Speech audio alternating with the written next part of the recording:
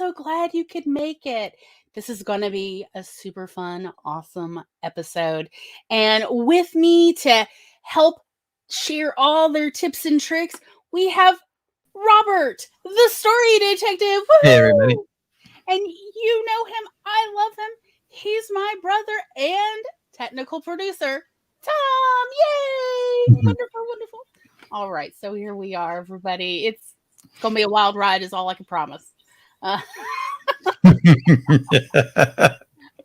So today's episode is going to be about relationships. And I want to just bring up now. So it's just, I'm going to put my cards on the table for everybody. This whole series that we're doing December and January about life skills is based on Miss Glory's Finishing School, which is an actual program I designed many, many years ago for various seekers of wisdom and truth who would find their way to me and say, please help me. I am not functioning in this world. And so I would. And it happened enough that I essentially developed like these sections to make sure that people who would come to me for help were getting all the knowledge that they needed to function in the world. And so, yes, relationships, personal and business was part of it. I want to point out, it's not that I have ever felt like I was an expert in any kind of relationships, but it's that people needed ideas. So here's what I have learned. I have asked a lot of people, including people I really did not think had, shall I say, much functionality in their relationship department of any kind of relationship. But I've asked people for advice. Hello, sweetie. I've asked people for advice who maybe I was like, what advice would they have to give? And I have found some real gems, even among people I didn't consider maybe that skilled in an area. So I would like to suggest that for today's episode and all our episodes, just see what inspires you. Of the things people share both on screen and in chat, maybe you might find some gems that you're like, hey, I can immediately use this. Or maybe I'll put it in my back pocket. It sounds like a cool idea and I'll see about using it later. And that's all we're trying to do. We're trying to sort of get your creative juices flowing about these subjects. That's all. Hello. Hey, CB. So that is like my caveat. Also, I want to make it very clear. I am in no way going to give anybody romantic advice because, as Tom pointed out, I do not understand when people are flirting with me romantically. Apparently, the things that they think are flirting, I am like, that's odd. Why would you do that? And then move away. So in hindsight, I get it, but in the moment, I never really did. and part of it is I'm demi-romantic. So I don't feel romantic feelings about people till I already know them very well. Versus it turns out the majority of the human population is not so. They feel romantic immediately. They're actually quite the opposite. Yes, and if they don't start in romance mode, they don't turn into romance modes. Versus for me, romance mode comes later. It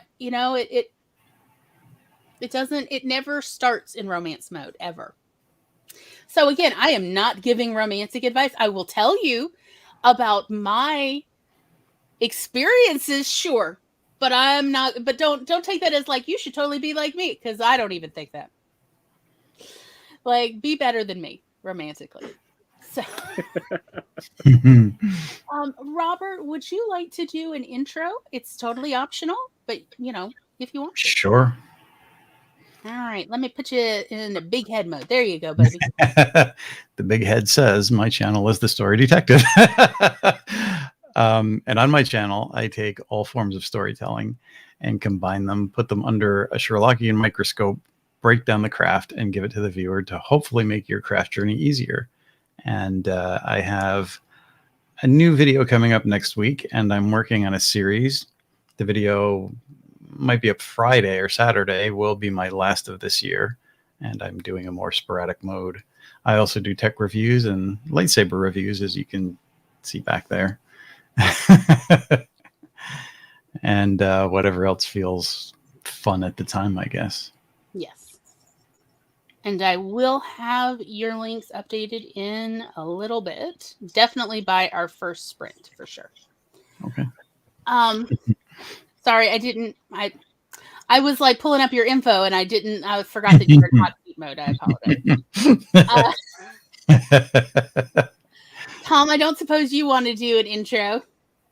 Not feeling it, although I may actually have another book review or hot take for that's the cool. Instagram channel. You know, since I already pulled it on you earlier this week. It was a pretty good review, actually. Like, I was like, all right, you got me. I may actually want to read this book now. Because when Tom initially pitched it, because that wasn't his first pitch, but when he initially pitched, I was like, no. And his second pitch, I was like, you've gotten me. Darn it. Now I have to put it on the TBR. TBR that I try not to grow, but it grows faster than I can read, mostly because they keep rereading favorites. Anyway, that's a whole nother matter. That just shows what a good pitch can do. So yeah, I really love a good pitch. We love practicing pitches on each other and other people. I would love that to be something that people just do for fun.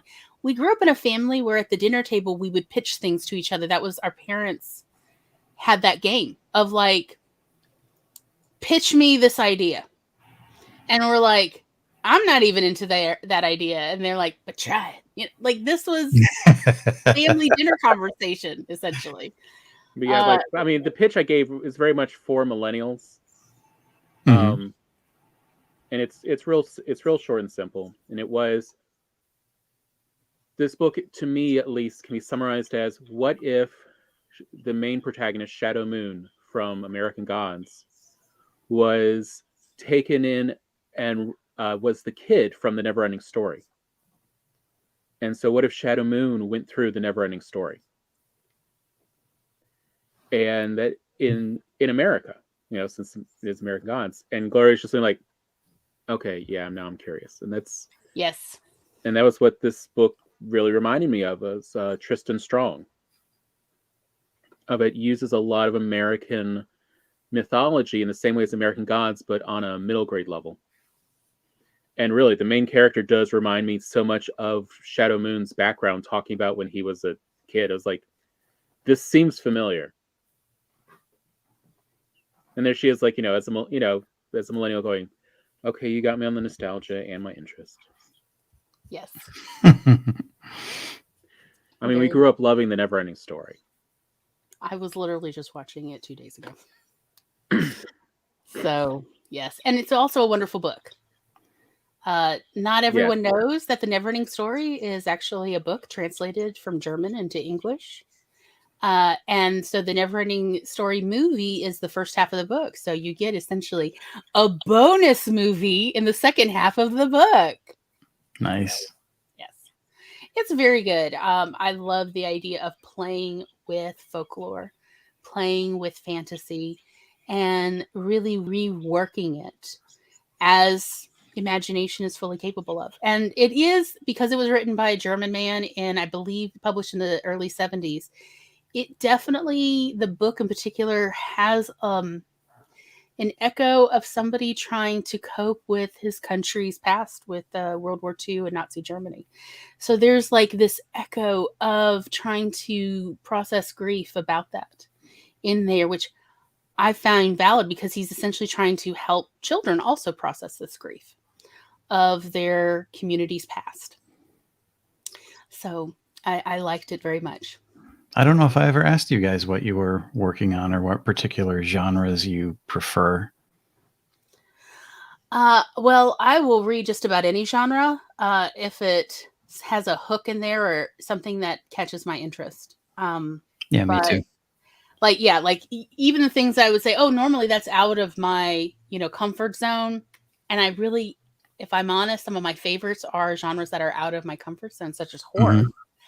But yes, I grew up cutting my teeth on fantasy and science fiction, like Heinlein, Asimov, even Asimov's murder mysteries, which are neurodivergent much. Don't write that way. Like that is like, it's like the clues are not in there to solve it. It's more about storytelling a mystery than actually how you as the reader can solve it. But yet I still enjoy those anthologies. So I very much enjoy it. I grew up with Pierce Anthony and all of that good stuff. But there's no genre that I won't give a try. I spent a whole decade reading romance novels as a high schooler. Well, middle school through We like a college. bit of levity in any story. So like, Mhm. it's so like we like detective when there's a little bit of comedy in there. That's why we really loved. What's her name? She actually got well known for her audio short stories. Mur Lafferty. Her Shambler's Guide Yes. series to New York and New Orleans. Yes, particularly New Orleans, since we live so close to New Orleans.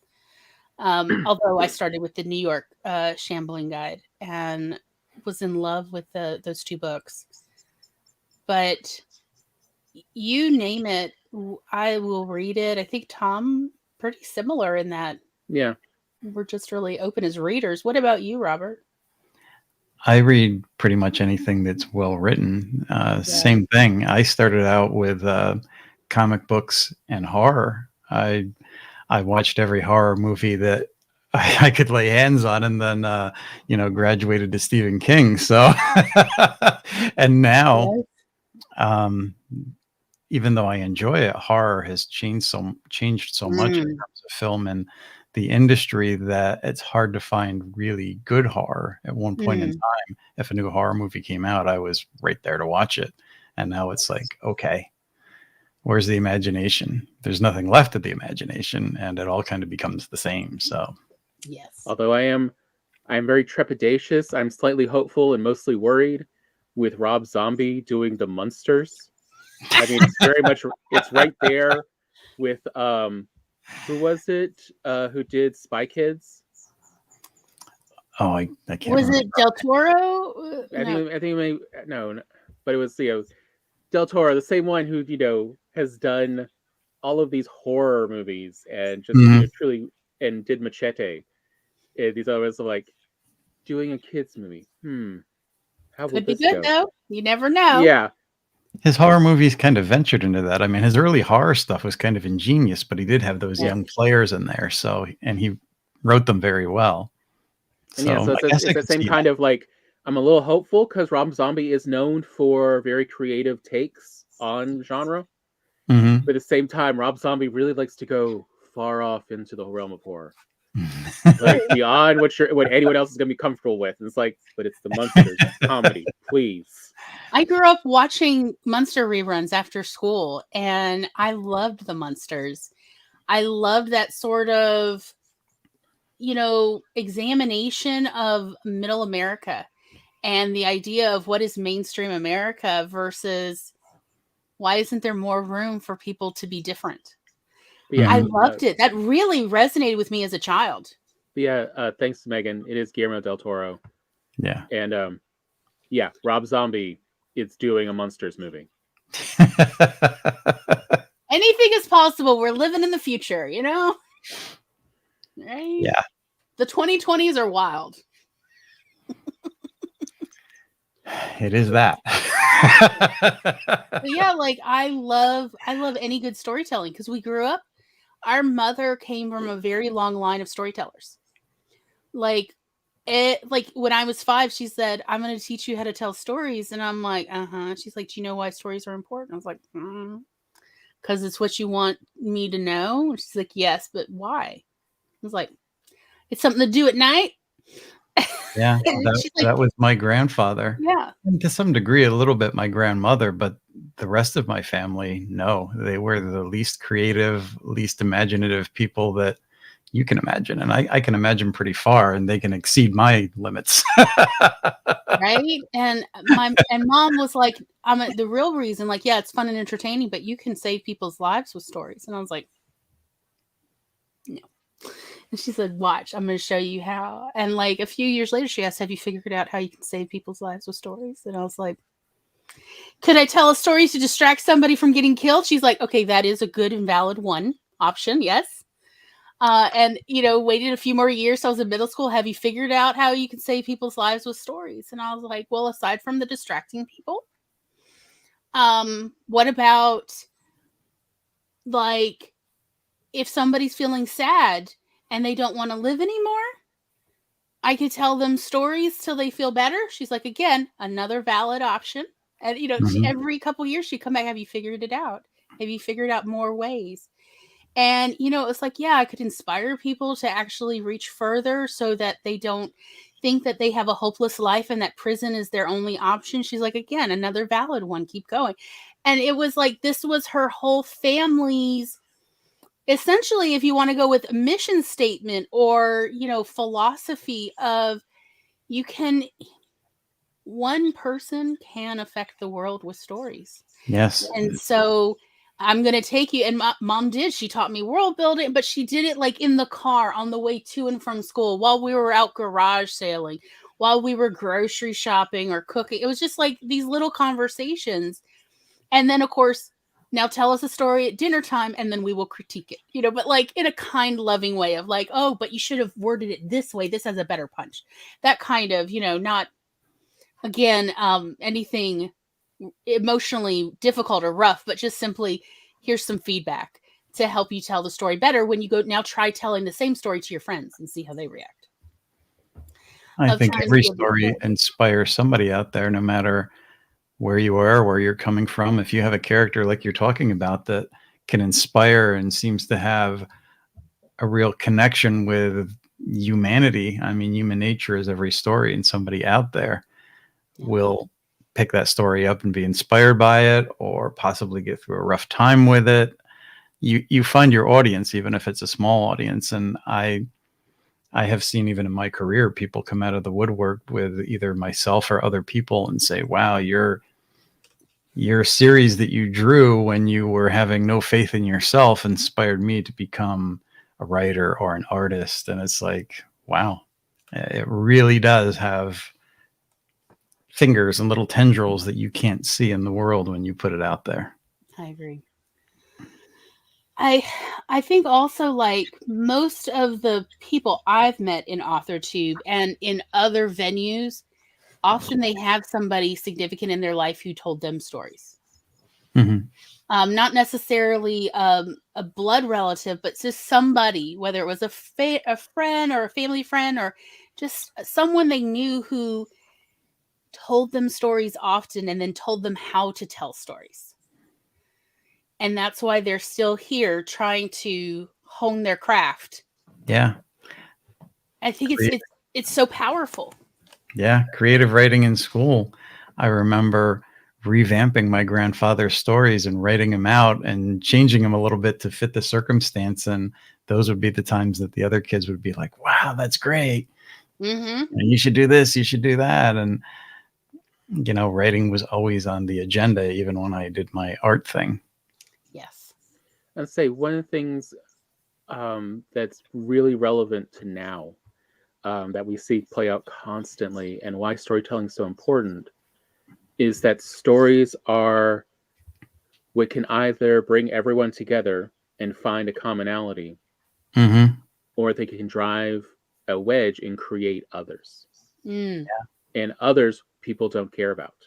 That is the real danger of othering, is that group of people no longer matter. Mm-hmm. Or else we're all common and we all matter.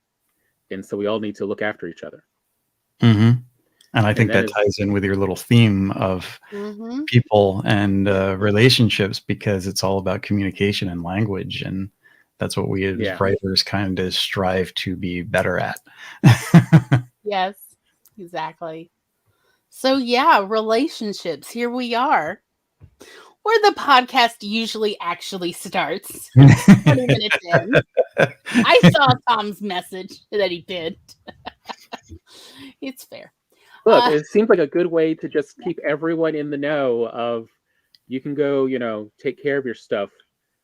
We're not going to really start the main show for a little bit. We're just, let everyone show up at their own pace. We like to chat and give everybody time to show up and get settled and all that good stuff. Robert, do you have anything that is foremost in your mind that you would like to be sure to share about just that under that umbrella term of relationships, whether we're talking business or personal or all of the above? For me, I think some of what we were talking about before the stream in terms of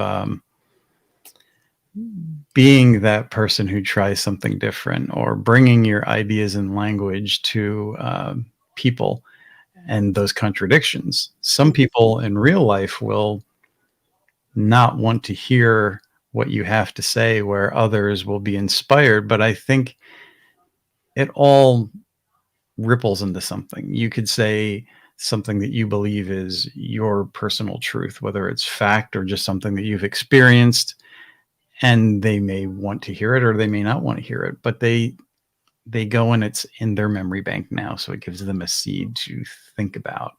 Yes. And I think again, communication is a large part of relationships, and you find the relationships that matter by communicating from the heart. It's that old story of just be yourself. Well, that's how you do it. Mhm. And it takes courage, because I was an introvert most of my younger life, and I had stories to tell, and I had a lot of opinions, and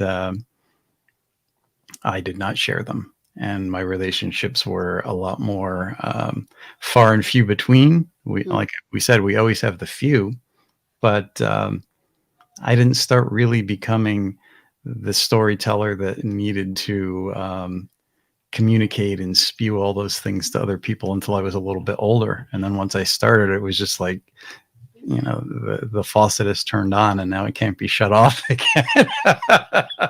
Mood. There's a yeah. But in doing it, I realized that when you're speaking those things from the heart, you find out your core and your own inner strength. So that relationship and that communication is a two-way street.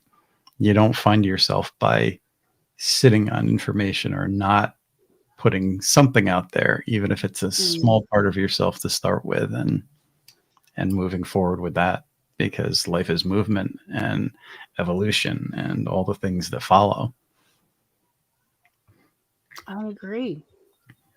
I say Spence brings up, in classic what I was going to bring up a little bit later about, and I've heard different numbers. It's anywhere from 50 hours to go from sort of a stranger to an acquaintance, to 100 hours to 200 hours, depending on the study about becoming friends. And that's why it's so much easier in school to create friends, because it literally is just time around someone. It's not actually verbal communication hours. Yes. It's just hours in the sharing the same presence. Yes. Yeah. And again, that's why as adults counts. Yeah. And that's why as adults it's so hard. Right. So and that was, in fact, Robert and I were discussing that in the pre-show about that. One of the things that I have aimed to do with this Monday show is have an opportunity to invite all sorts of people I was interested in to essentially hang out with us pre-show and post-show, to get to know them better as a way to log those hours. And that was one of my other motives, was like, hey, if you're interested as well, we'd love to hang out, to give this opportunity, because as adults, time is the rarest commodity. It's just, like, sometimes you can have a bit of money, but you never get a batch of time that is your own to spend how you want to, especially when you're talking about spending it with other people, because they also don't necessarily have a batch of time. Yeah. Versus money, you can just give them money. Like, hey, could I take you out to eat? Again, they still need to have the time, even if you're paying for the meal or you're making the meal at home.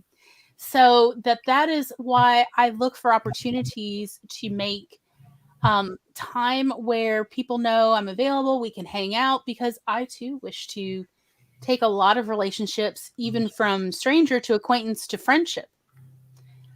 Because the world is so much nicer to be in the more friends that we have.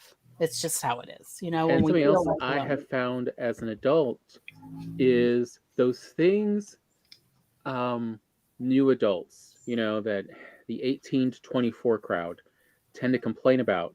There's reasons for them.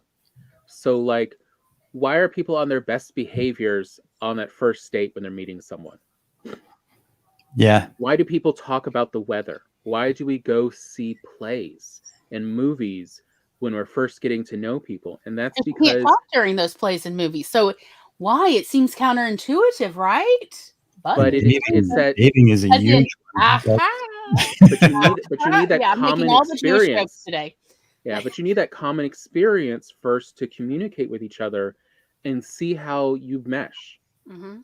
The joke I've heard is if you go on a first date and someone's already telling you about all of their, all the skeletons in their family's closet, what are they hiding? Yes. Like there's just those expectations of if you feel comfortable with this and you barely know me, what do you not yet feel comfortable sharing with me yet? Because I haven't gotten that comfortableness with you. The real secret to friendship is reciprocity. You both need to be on the same level and understanding of expectations. Mm. So that's why you share a little bit more each time. Mm. You don't want to just sort of jump way up over the other one and then go, why aren't you meeting me up here? It's Yeah. like, because I'm not ready. Right? It's That like seems essentially very moving too inconsiderate. quickly in a relationship, any kind of friendship, whatever. Yeah. My early relationships in terms of dating, there were a lot of people that are like, I know immediately if this is going to work, or I know within 5 minutes. And I'm like, within 5 minutes, I'm this shy person who's probably not going to open up to you. So you're going to get very little information. And then as I got a little older, I reversed it. And they're like, okay, so what are you looking for? And they'd say, well, I want this really interesting, intelligent conversation. And 15 minutes later, they're like, that's a little too much for me.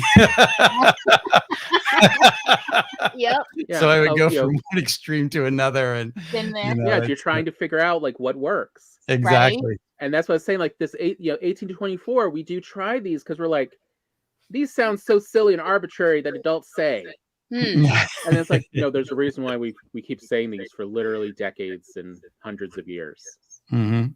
Because this is what in the end pans out of, you have to work together. You have to, you build something. You don't build your entire half of the house first and then go, hey, what's up with your house? Why don't we have any walls yet? Right. You work together, and that's how you build a friendship. It's also how you Right. build business relationships, is that little constant communication. Yes. Like that is the real secret. Gloria was saying about time is those little messages back and forth, depending on the friendship or relationship. It could be, once a day or every month or every year. Mhm. That's the other part of becoming an adult is you realize that just because someone doesn't talk to you for a week or a month does not actually automatically mean, oh, they're so upset with you. There's something you've done so bad and you don't even know it. Like, no, it's just life's been busy. We haven't had time. Mm-hmm. You catch back up. Yes. Yeah. And that's the nice part about adult relationships and friendships is to be able to pick up where you left off, no matter how long time has passed between mutual experiences. It is one of the very nice things. My father once gave me advice when I was pretty young. So I think I was in middle school. And he said, the thing I've noticed about relationships, friendships, whatever, is whenever you last saw that person, even as you grow and change since the last time you saw them, when you meet them again, you literally pick up exactly where you left off. And their assumptions about you are going to be the last moment they knew you, like actively, even if you've grown, even if you've literally grown. And so it's so obvious to them, or you feel it should be so obvious to them that you've changed as a person. They're still going to treat you exactly where you both left off. Like so you're always that kid to your parents. your parents, you're never quite adult, and you've never learned anything. No matter what you do, you're still their child. And yeah, for me, at least with my parents, I found like some of that had to do with just spending time with them. So they saw me as that I had aged, that I had matured, and that my life experiences had changed my perception. And part of it was that since they weren't there with me in a lot of those experiences, they hadn't seen these slow changes of me. So literally, I started having, this was in my early 20s, I started having lunch with my mother once a month just to touch base and kind of re-update that relationship based on what dad had told me in middle school. And I found that it actually really helped my relationship with my mother, seeing me as an adult rather than treating me as a child. I'd say I'm not saying that this works for everyone, because some parents just do not want to move that relationship into adulthood. But at the same time, it does make a lot more sense when, you talk to these people who they moved out when they started college, and then they've never really lived again with their parents, and they only see their parents for, the holidays for 2 or 3 days, a year, or, at most maybe 10 days total a year. Well, that's the total amount of time you have to age up with them. And so in their head, sure, it's been 20 years, but you've only had a year's worth of time with them. Yes. And even trying to speed that up, that still hasn't gotten close to your real age. Yes. Yeah. After my accident, I ended up moving back home for a little while, and it was educational. Like they say, you can't go home. And I understood why, but looking at the whole dichotomy between my parents, I realized, oh, that's where I get that. And that's why I'm that way. Yes, like forensic childhood accounting of like, this is why I like this and not this other thing, because of this is what we always did in this family, or something like this is what I'm used to. Or this is why whenever I'm having an argument with a romantic partner, I just storm out. Oh, because my mother does that. Okay, yeah, all right. That's where I got it, or whatever it is. So, yes, it is fun. It's sort of forensics, though, of like, yes, makes sense now. So I think like to be better with relationships, some of it has to do with looking back with an eye at analysis of what did I pick up from my family? What did I pick up from my early relationships, friendships, whatever, that have now colored my perceptions or expectations of future relationships. That can be helpful. Not that like one should dwell, but simply one should acknowledge, should observe, and then take that knowledge of like, okay, so that's where I learned that habit. Do I want to keep it? Yeah, exactly. I mean, you don't have to keep it. I'm here to say you really don't have to keep it.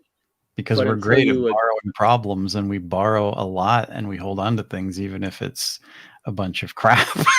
Let's say our first, luggage we get from our parents. Yeah. Full set. And psychologists have really tested it out, and it really is true. Your relationships with yourself and your friends you get from your mother. Because when you're first kind of developing your brain, your mother at first is you.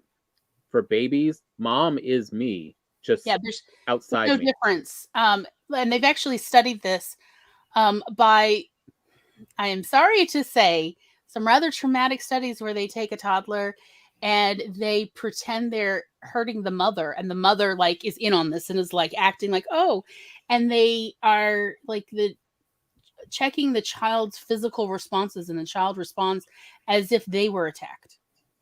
And it's not intentional. It's just that is how all the human psychology is at that age. There's no difference between the perception of what has happened to mommy and what is happening to me, or what has happened to their primary caregiver and what is happening to the toddler. Yeah. So how we perceive our mother, how we treat our mother, says a lot about how we feel about ourselves inside. And so even though not all mothers deserve to be treated well and with respect, you do, though. You deserve to be treated well and with respect. So it may be that you still need to treat your mother well and with respect, even if she may not deserve it, because you deserve that. You deserve that inside of you. So, and then also our perceptions of the outside world, of people beyond our family, are directly related to our relationships with our father. Mm-hmm. Or our perception of our father, because not everybody had a present father, but rather perhaps an absentee father, or merely the thought of a father who was not present. And it does color their perceptions of how the outside world perceives them. Yeah. It's something to be aware of. And it's once you understand that this is what you're dealing with, you're no longer quite shadowboxing. You understand of, okay, in order to heal my relationship with the outside world, I therefore need to heal my relationship with my father, at least inside my head. And so there may be a grieving process required, or it may be that you make up a fantasy father. It works. And you instead have a fantasy father in your head and how they treat you, and you talk to your fantasy father inside your head. And they have tried this study out, and it actually does help people in interacting with people outside of their immediate family realm. Yeah. So and the brain can't tell the difference between fantasy and reality. If you ever wonder why somebody's perception of their all highest deity, ranges so greatly from being incredibly authoritarian to very compassionate, go watch them interact with their secondary caregiver. Because I said, like, could be your mom or whoever's your primary, but also secondary is sort of who the father figure is, but it's whoever that one is. That is often what their perception of God is. Yes. Of like, it's part of how you grow up and how your brain sort of translates things as you get older. Mm-hmm. The way I perceived and got over a lot of it is at one point I really set out to kill my inner demons because I was tired of them hanging around. And I remember having conversations with my brother about certain things and certain baggage that we brought along from our family. And what I realized is there were some demons, or what I referred to as dragons, that I couldn't slay. And what I realized is they were ghost dragons. They were never mine to begin with. They came from my family. And there was no slaying a dragon that didn't belong to me. And when I realized those things, those dragons sort of faded into the mist. Yeah, they just sort of become like souvenirs. Yeah. Something you put on the shelf. You could acknowledge it's there, but it's not personal. It doesn't even feel personal when you're reminded of it. It's just like you notice it on the shelf. Oh, there it is. That fear about money or whatever. But it's not your own. So it doesn't feel like it's inside you or insidious in that earworm of those tapes in your head. Yep. Once you get to the root of a problem and you understand it and you can define it, then you can usually deal with it. And if it's not your problem, it becomes, at least for me, it became much easier. But it took me half my life to realize that wasn't my problem. Yeah. For me, I was about 30 when I finally was like, I had been in therapy off and on for a decade at that point. And I had certainly been told, like, and I'd had a lot of experts go over how to recognize family baggage versus your own personal baggage based on trauma, And I intellectually understood this. I was getting a degree in psychology, for heaven's sakes. I understood the idea of it, but there was something about my brain. It didn't quite click for me where I could actually perceive it in my own life till I was about 30. And I had heard that from other people too, that said, you're not really who you really are until you're 30 or older. There's something about being independent of your family for so long. So and that it's not just, oh, you need to live apart from your family. Because I asked, is that I just need to log the years? They're like, no. Something about brain wiring was their theory. But whatever it actually is, I did find it was like, honestly, it was like there was a switch around 29 and a half. And it was like, I really started feeling cemented in who I am as a personality. Like, who I am, what my likes and dislikes, everything kind of steadied. And so much else I saw, oh, that is my family baggage because it doesn't feel personal. And that's why it never made sense. Oh, I get it. Because it wasn't mine to begin with. It was something I was given a copy of. And so I was familiar with it, but it never made sense to me. I was a bit of a late bloomer, and I was actually 29 when I started getting my first professional work. And I remember an editor asking me my age, and he says, that makes sense because most people are coming into their own around the age of 30. Mm-hmm. And there's so many people that I know that are, mid 20s or late 20s, and they fear that 30 mark, like, oh my God, I'm going to be considered like old or different. And it's like, no. By the time you hit 30 is when you change. If anything, the older I've gotten, the more I do not understand this cult of youth. Mm-hmm. America created sounds like from the 60s and 70s of this, past 30, and it's like, no. If anything, people become just more themselves once they hit 30, and they become more secure. I had heard it was the boomers who came up with the idea of like, don't trust anyone over 30. And we see that in stories like, what is it? Logan's Run. Yeah. The movie, you see it illustrated there with the whole, now you must be put to death or something at 30. Carousel. I have auditory dyslexia. So when I first watched that movie, I thought they were saying Paracel. And I'm like, what? Anyway, that's a whole nother matter. But, yeah, I didn't understand it even as a child. What do you mean don't trust anyone over 30? I asked my mother, who was born in 46, and she's like, it's about the older generation, that we didn't want to be like them. We wanted to be more enlightened. And I'm like, everybody wants that. I don't understand why y'all make it a big deal, but I don't know. Again, I wasn't of that generation, and my father was born in 40, so I guess he was technically of that older generation. And he's like, I don't know. It was a rough time. Central heat and air wasn't that available. I don't know what to tell you, Glory. I think looking back on my 20s, that was a time that, in comparison to a lot of other people that age, it's a time when you think you know everything because you're getting out of high school. Maybe you're going to college, or maybe you are getting out of your parents' house for the first time.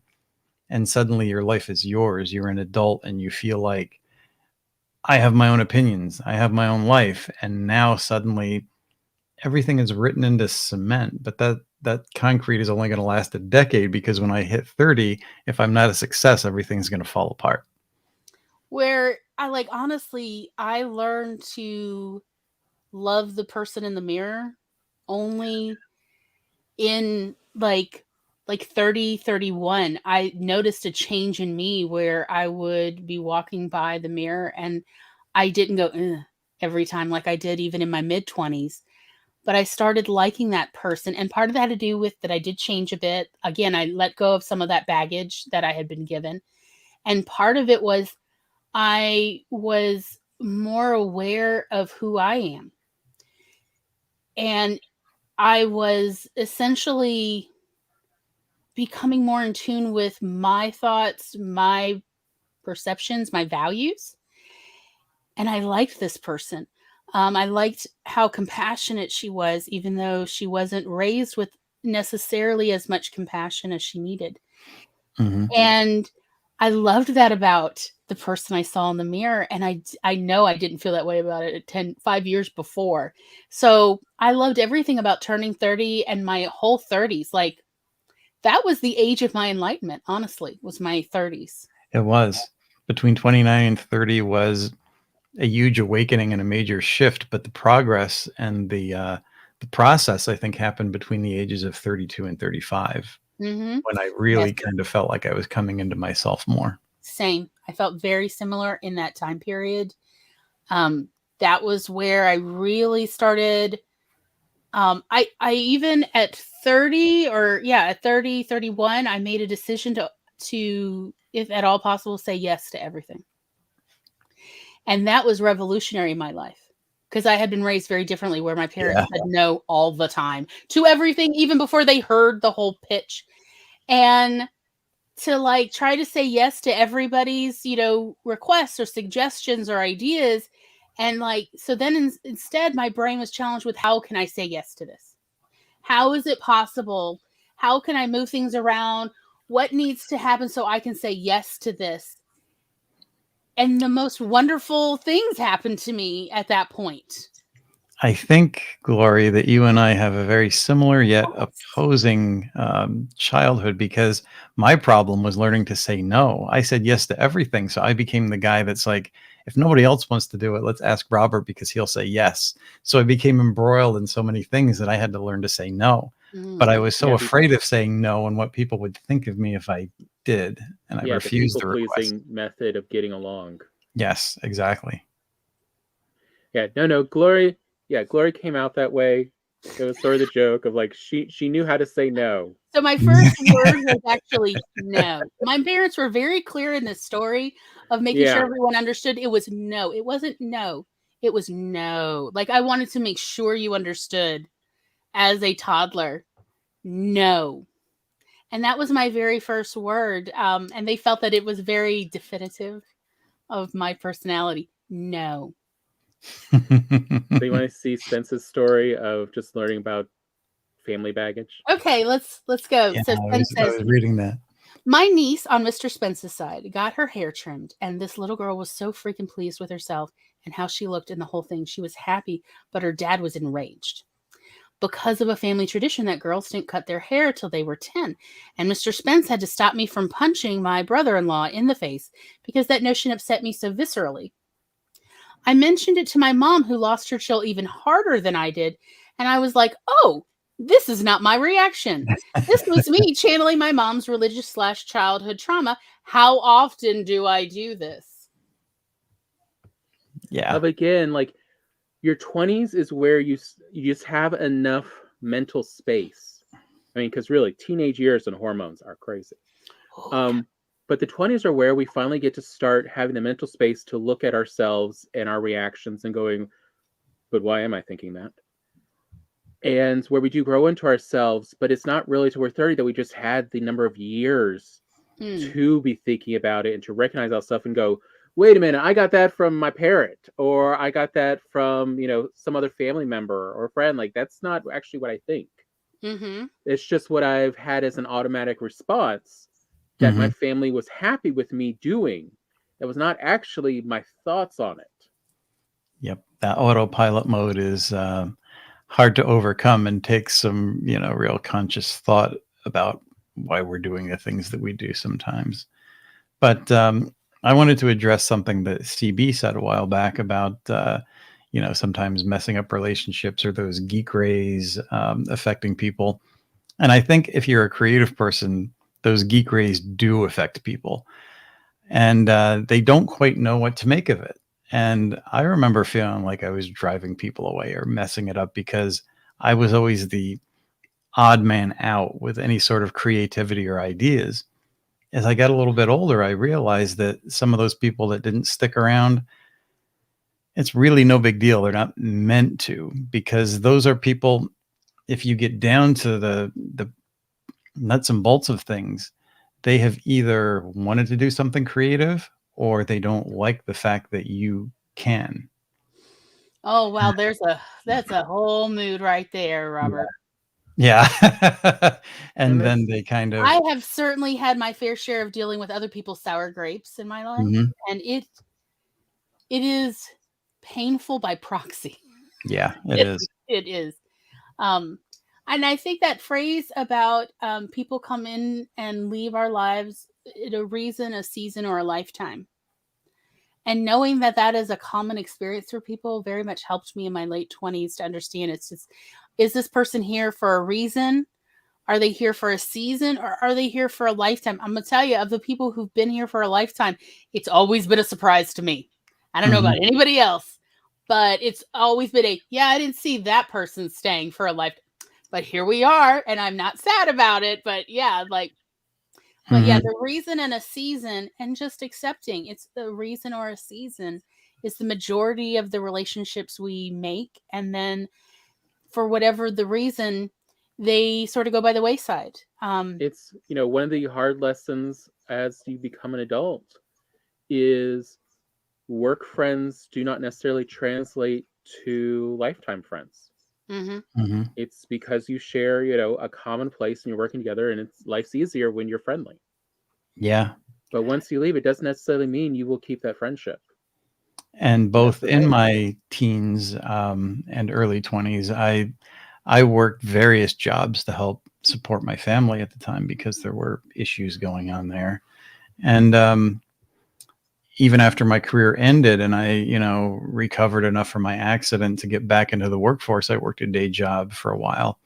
And being creative or being more of a free thinker you'll be the one that's always passed over for any kind of promotions because it's not what the world wants. They want people who are easy to run and easy to, manipulate.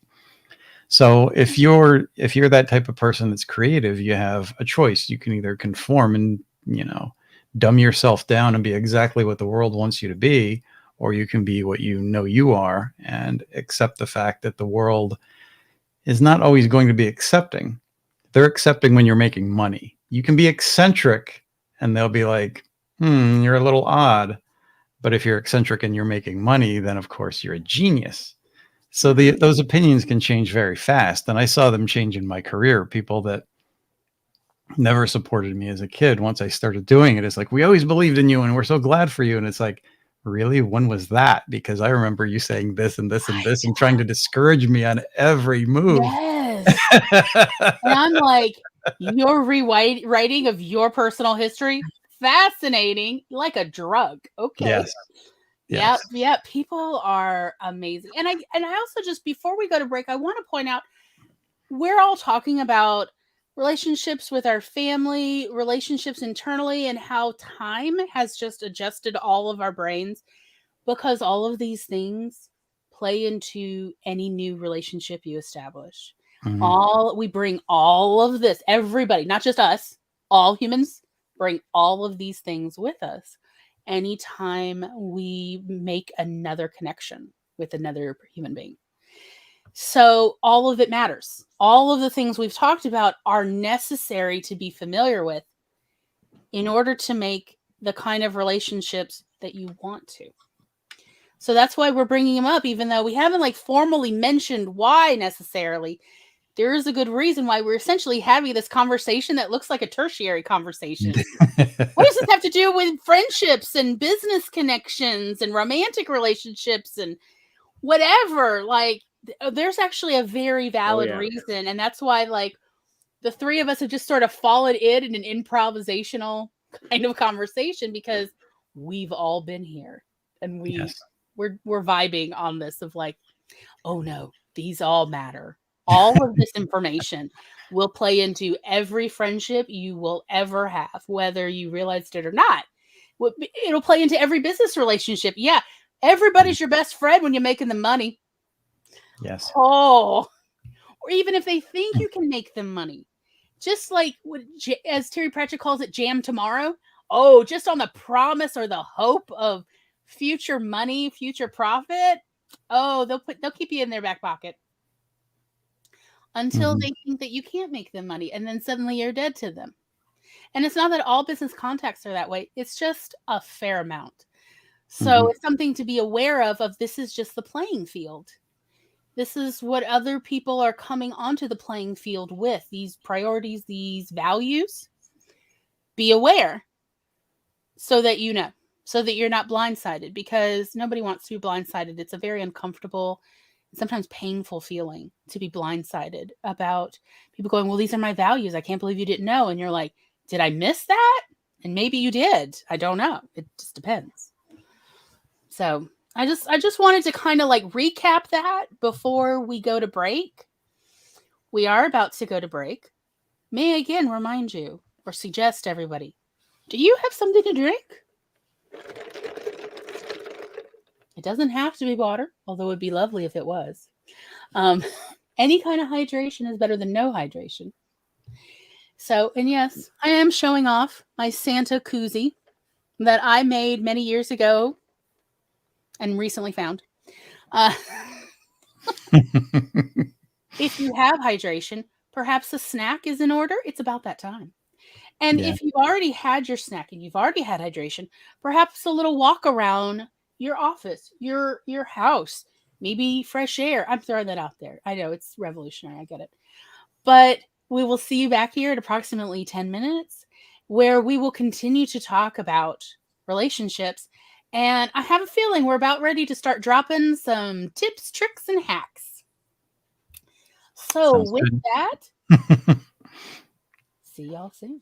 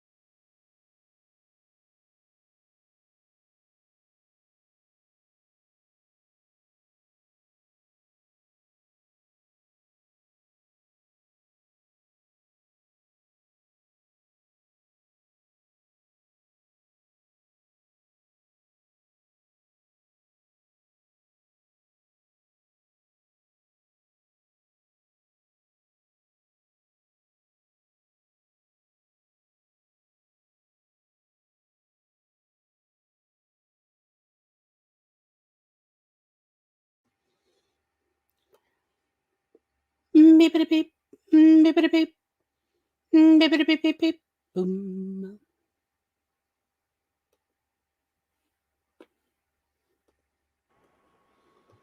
Well, well, well. Here we are. How did everybody do?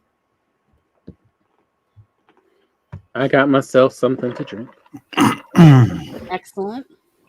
I heated up a slice of pizza that was left over, but I nuked it and it was so hot I could hardly get it down. Such a Goldilocks problem. My dynamics again. So where to? Summarizing. Okay. I'm going to state the obvious. So we're going to talk tips, tricks, hacks, all the little things. Okay. I'm going to state. I know that most people are going to go, duh, Glory, but I'm still going to say it because I've stated this enough times to other people who were like, really? And that have later told me, that works. So here it is. If you are like familiar with a person, but you would like to be friends with, if you see the opportunity to go up to them and say, hi, my name is, how are you? That's literally it. That's how you start the conversation. If they want to talk to you, they'll say, oh, hi, I'm doing all right. My name is this.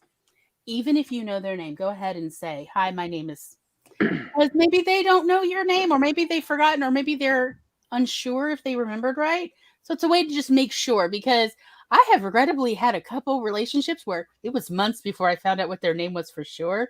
It was awkward.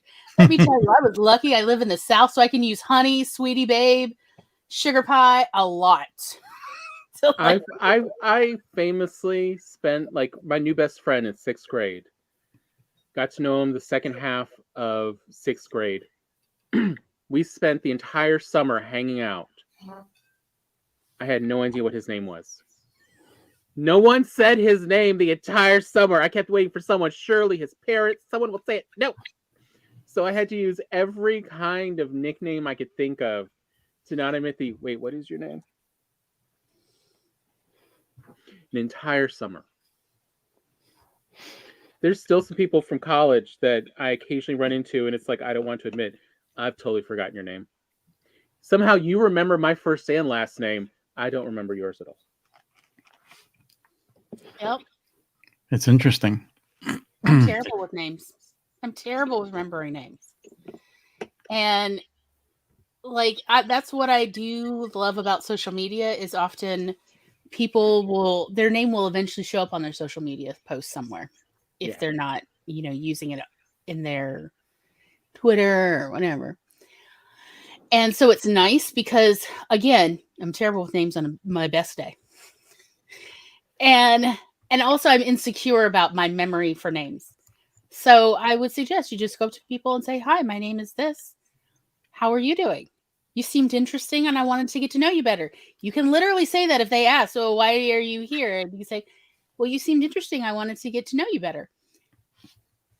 Start it off with a compliment. It works. And, be prepared to be embarrassed when it turns out you've already met them once or twice before. Or 5 times. And you totally forgot. As, I've occasionally talked to Glory, and Glory's remember going, wait a minute, there was this one little... I missed them when I was... Wait a minute. Is that why they came up to me 2 years later like they knew me? Oh, they did actually know me. We are talking about people that I am like long-term friends with that I this year realized that I knew them like several years longer than I remember because I didn't realize they were who they were from a previous encounter years before. But they remembered me when we met a second or third time, which I thought was the first time I ever met them. I just thought they were very friendly. I had a friend's wife who always told me that she had a mutual friend and she would state her by name, and I didn't know her name. It wasn't familiar. And she kept telling me how she remembers me and all of these different things that I had no clue. And finally, I think it was years later when I ran into them and they were still friends and shopping together. And I'm like, oh yeah, I know that face. She rode our bus, but I never actually hung out with her, but she remembers me. Mm-hmm.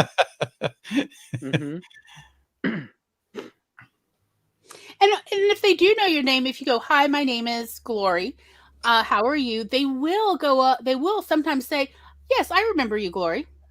Okay, cool. How are you doing though? That's all you need to do to start a conversation with somebody that you want to log more friendship hours with. Just ask them about how they're doing. What are they up to?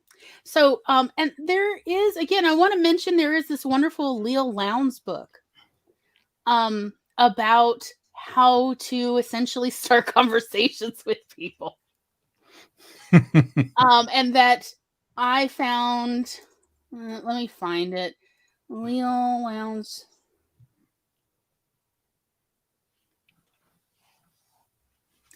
How to Talk to Anyone. Y'all, it's called How to Talk to Anyone. See if your local library has this. Yeah, this is the real guide to how do you start friendships and business relationships as an adult.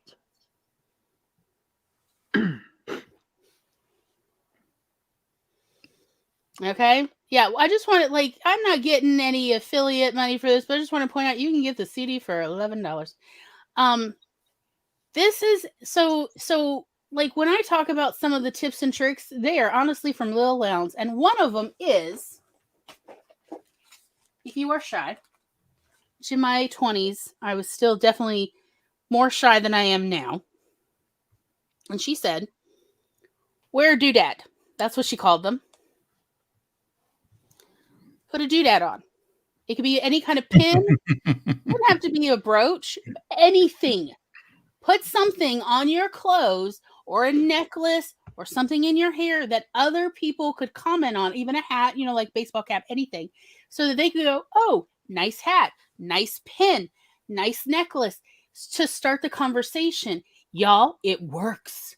People, not everybody I wanted to talk to me did this, but a lot of people, just strangers, would come up who, for whatever the reason, they wanted to engage with me. And honestly, out of say the first 100 people who came up and talked to me the first 6 months I did this, only 2 were trying to sell me something. Only 2. The other 98 just genuinely wanted to start a conversation with me because they've always apparently wanted to talk to me. I'm talking about cashiers at the grocery store and the bank, people who I just kept seeing at the post office, because we always seem to be checking our post boxes at approximately the same time. Just random people. I have met some really nice people that way. I've gotten into some really cool plays and stuff where all the seats were sold out because I just happened to know somebody. Because just wear a doodad is what she said. Just every day, if you're going outside the house, put something on aside from your regular clothes that someone else could remark upon. A ring, anything. But something that kind of stands out. So these glasses don't stand out. But if I was wearing horn rimmed, maybe rainbow color, something that really does stand out, that's something you could comment on. Oh, hey, nice glasses. These kind of fall into the background. But and it's also a great use for when you go to conventions and stuff, getting those pins people make that you can then attach so that people can see, if you have a common fandom. Yeah. Or even if they don't really care that much about it, it's still something that they can comment of, oh, hey, you really like that. Hey, I've always wondered about that show. Isn't any good? Even if they are never going to watch it because they're just using it as an excuse to start a conversation with you. Yeah. So honestly, and by the way, you might be saying, but Glory, I live in a very cold world where nobody talks to anybody. I am here to tell you, I have used the doodad trick for 15, nearly 20 years. Yeah. It works in New York City. It works in Los Angeles. It works in Sweden. It works in the Philippines. It works everywhere. Wear a doodad. Something odd. they will find a way to start up a conversation. So Another give it a try, especially if you're shy, even if another you're good use. introverted. Give it a Yeah, try. and it's another also for just graphic tees. You Yes, know, graphic whenever tees you're work getting too. graphic tees, make it sure it's something you like. So people, when they start a conversation about it, your first phrase is not, "Oh, I just got this as you essentially your first response to somebody complimenting something about you that you're wearing should never be negative. Right. It should always be You positive. Yeah. So I bought It- some really fun graphic tees that I knew he'd love because either it's a play on words or it's a fandom he also loves, such as Princess Bride. I love that graphic. Yes, the yes or no, is it true love? Is it true love? Is it better than a mutton on rye with the cuts of or whatever that joke is? Or the muffin that has a beefeater hat, so it's an Right? English muffin. It's an English muffin, y'all. People will stare at Tom's chest until they get it. Go, oh, it's an English muffin. Hi, my name is Rob. Sorry, I was staring at your chest, and I had to figure this out. Tom has made so many connections, so many friendships. He's got so many computer jobs to repair their computers. From, hey, so I was staring at your chest, and now I get it. So what do you do, man? And Tom's like, I repair computers. Here's my card. It is a wonderful way if you are shy to get other people to be the first one to initiate the conversation. Let me tell you, it is so lovely to not have to just talk to strangers, but instead to give a way for strangers to talk to you. Now, if you are feeling froggy, look for other people who are wearing doodads or something interesting you can remark on. So you could start the conversation if that's what you want to do, because often they're wearing something because they would love for somebody to remark on, oh, hey, that band is so cool. I love them. And then go, yeah, me too, man. And then you can talk about it a little bit. And then before you know it, you're sharing bootlegs. You never know. Well, I don't know if I And should share my next story, but it went in a very different direction. Okay. It was my last day job, and I guess I was in a bit of a dark place because it was after my accident, and I was kind of alone. And I said, you know what, I'm just going to cut to the chase. So everybody on the day job that I met, I'd say, so what are your hopes and dreams beyond this place? Have any life aspirations? Things were going great, is what you were saying. And most of them didn't, sadly, but it did open up a lot of different conversations. And just when I figured that had run out for me, or that it really wasn't a conversation that these people were interested in having, a mutual work friend told my significant other, who said she was like losing her creativity and trying to find a way to get back to it. And he said, you need to talk to Robert.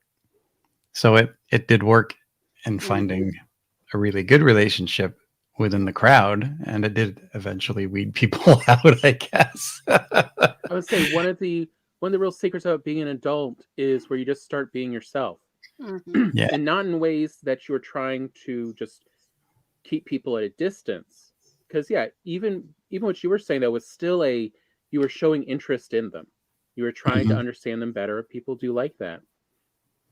One of the things, and that kind of brings up as well all right, so the rule about compliments. You compliment what people choose to do. So doodads, t-shirts, hairstyles, kindness, makeup, what their hobbies are. Don't compliment what people were born with. The things they have no control over, like their height, their skin. Oh, please, let's all stop complimenting people's skin. It's getting weird. It's like, what are you shopping around? Oh, come on, go right. The real line. You're old enough. What's the line of what are you, cowboy so and so? What was it? Oh, it puts a lotion on its Yeah. skin. I can't remember. What are you from Silence of the Lambs? Yes, yeah. Of even though, unless you know for a fact this person spends a lot of time working on their skin, doing a lot of, lotions and things, or going to the spa a lot. And then if you know that, you can then compliment them on that their hard work is paying off, their skin is glowing. But if Or like you if you see them don't at the know gym who all the they are, time, and you see them, they're always doing these types of exercises to build definition or something, yeah, then it's appropriate because you're seeing they put in that effort. mm-hmm. But if there's no effort, if there's no choice, that it's their choice to do that, don't. I think it's the same way with other creators. There's people that love to talk about their work, and other people that it's a job, and once they're in their free time, they don't always appreciate people coming up to them and asking a bunch of questions. So my thought is always, do they love their work? Do they not love their work? And I would just say, hey, nice to meet you. I'm familiar with your work, or I really enjoyed your work. Mm-hmm. And you'll quickly kind of find out, and then just you'll get a vibe for them. Just talk to them like they're another creator. They don't necessarily want to always hear those questions of somebody who puts themselves in a different space. But if you kind of close the space in terms of, we're just human beings here, we're creators, and I think it goes further. But I say, and speaking of Jules, I can't remember Mercurials. No, it's been so well, but but of the getting compliments causing the anxiety to go up. That's why often it's also even better, not just compliment, but to then also add in why you're an interest in it. Of like even if you meet a creative person that you like their work, say, I really like your work. This piece, inspired me or really helped me this. So to get a sense of how it is you are relating to their stuff. Or like when you compliment somebody's hair or makeup, make sure it's not just, it looks good, say like, I like your blending technique. It looks great. Yeah. Are you using any particular brushes for that? Or is that just, you've been working on your brushstroke? Like you could ask like essentially more of a technical question. Because again, that's a skill they've learned or that they are working on, rather than something they have no control over, like genetics. I mean, we have no control over how our family is. So complimenting somebody on their siblings, again, we have no control over our family. Or for the classic creepy pickup line. Y'all. You look familiar? No. Your eyes. Their eyes. You have beautiful eyes. Oh God. Oh yeah. Don't. Yeah. Just I do that a lot, and it is creep city. Just like it's appropriate in a long-term relationship to say to somebody you've been with for quite a while, I love your eyes. They're so expressive and beautiful, and I feel that sense of warmth every time I look at your in your eyes. But that is a loving, long-term, trusting relationship. That is not some random person, because it's always a random person who tells me that. You have such beautiful eyes, Glory, and I'm like, Yeah, Spence points out, identify yourself as a peer and not box yourself into the fan role. Yeah, exactly. Of like, even if it is, their eyes, it's like, what kind of makeup are you using? Because your eyes always stand out. Like, how'd you figure out how to do that? Like, I can't tell. Are you using eyeliner or what is it? Like, and sometimes it'll still lead to I don't wear any eye makeup. It's like, okay, so you just got really lucky, huh? And they're like, yeah, thanks. But yeah, definitely put it in but show how you're trying to be a peer. You're trying to build a friendship. I actually like when it comes to comic book illustrators, my go-to is, you got any dachshund drawings? And if I already know them, okay, I'm sure Robert actually knows which ones regularly feature dachshunds. Of like, that is usually my first compliment of, hey, yeah, I like your work, particularly your dachshunds. And they're like, oh, thanks. Because that is like a little quirk of their art.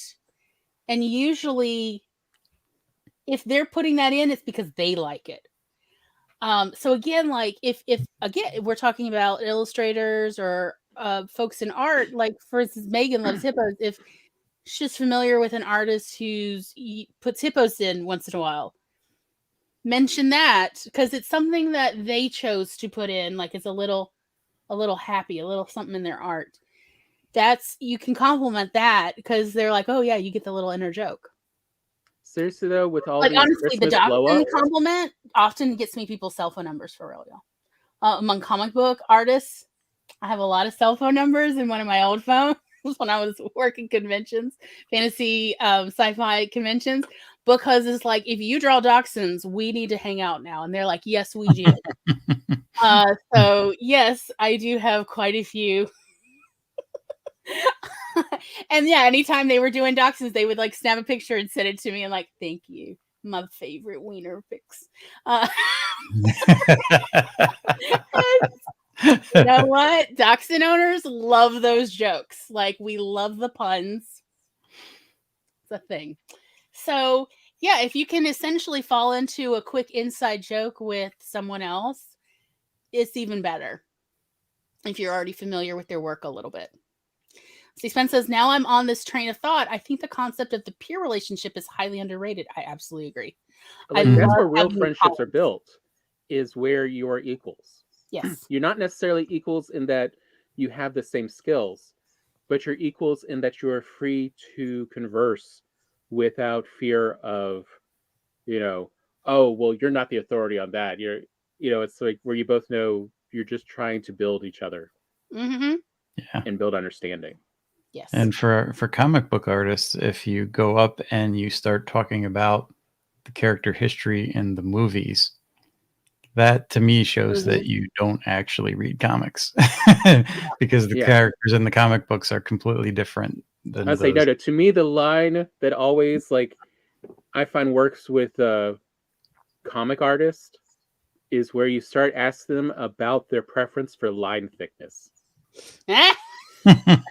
And that watch as it's like you can just start setting a timer. And it's so like, many do you think opinions. they'll finish in the next 15 minutes or an hour? How long do you think they can go?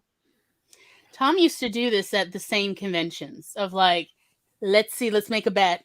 And then I'm like, I'm always fascinated. Well, you go talk to them. Because we've seen like with cell shading techniques in video games becoming really popular, so people now mimicking them in cosplay of the thickness of lines people use in their drawings really does change a lot of the effect. It's right there with boldening things. It's also one thing that manga, I think, inspires. Again, it inspires a lot of people to draw, but they're using all the same line, and they don't realize that within those details and in the art, there's a lot of shadows and a lot of different lines that build up the figures. But if you're going to have figures in the foreground or figures that stand out just as a figure, kind of bold up the outline or think about where the lighting is coming from, and add that in, and it'll just add so much more depth to your artwork. It really changes. But again, that is a peer conversation. Yes, it is a peer conversation. Versus a fan conversation of just, I love the way you draw so and so, or I love, where you're doing this. Of that's very much just a fan. And that's not how you build a friendship.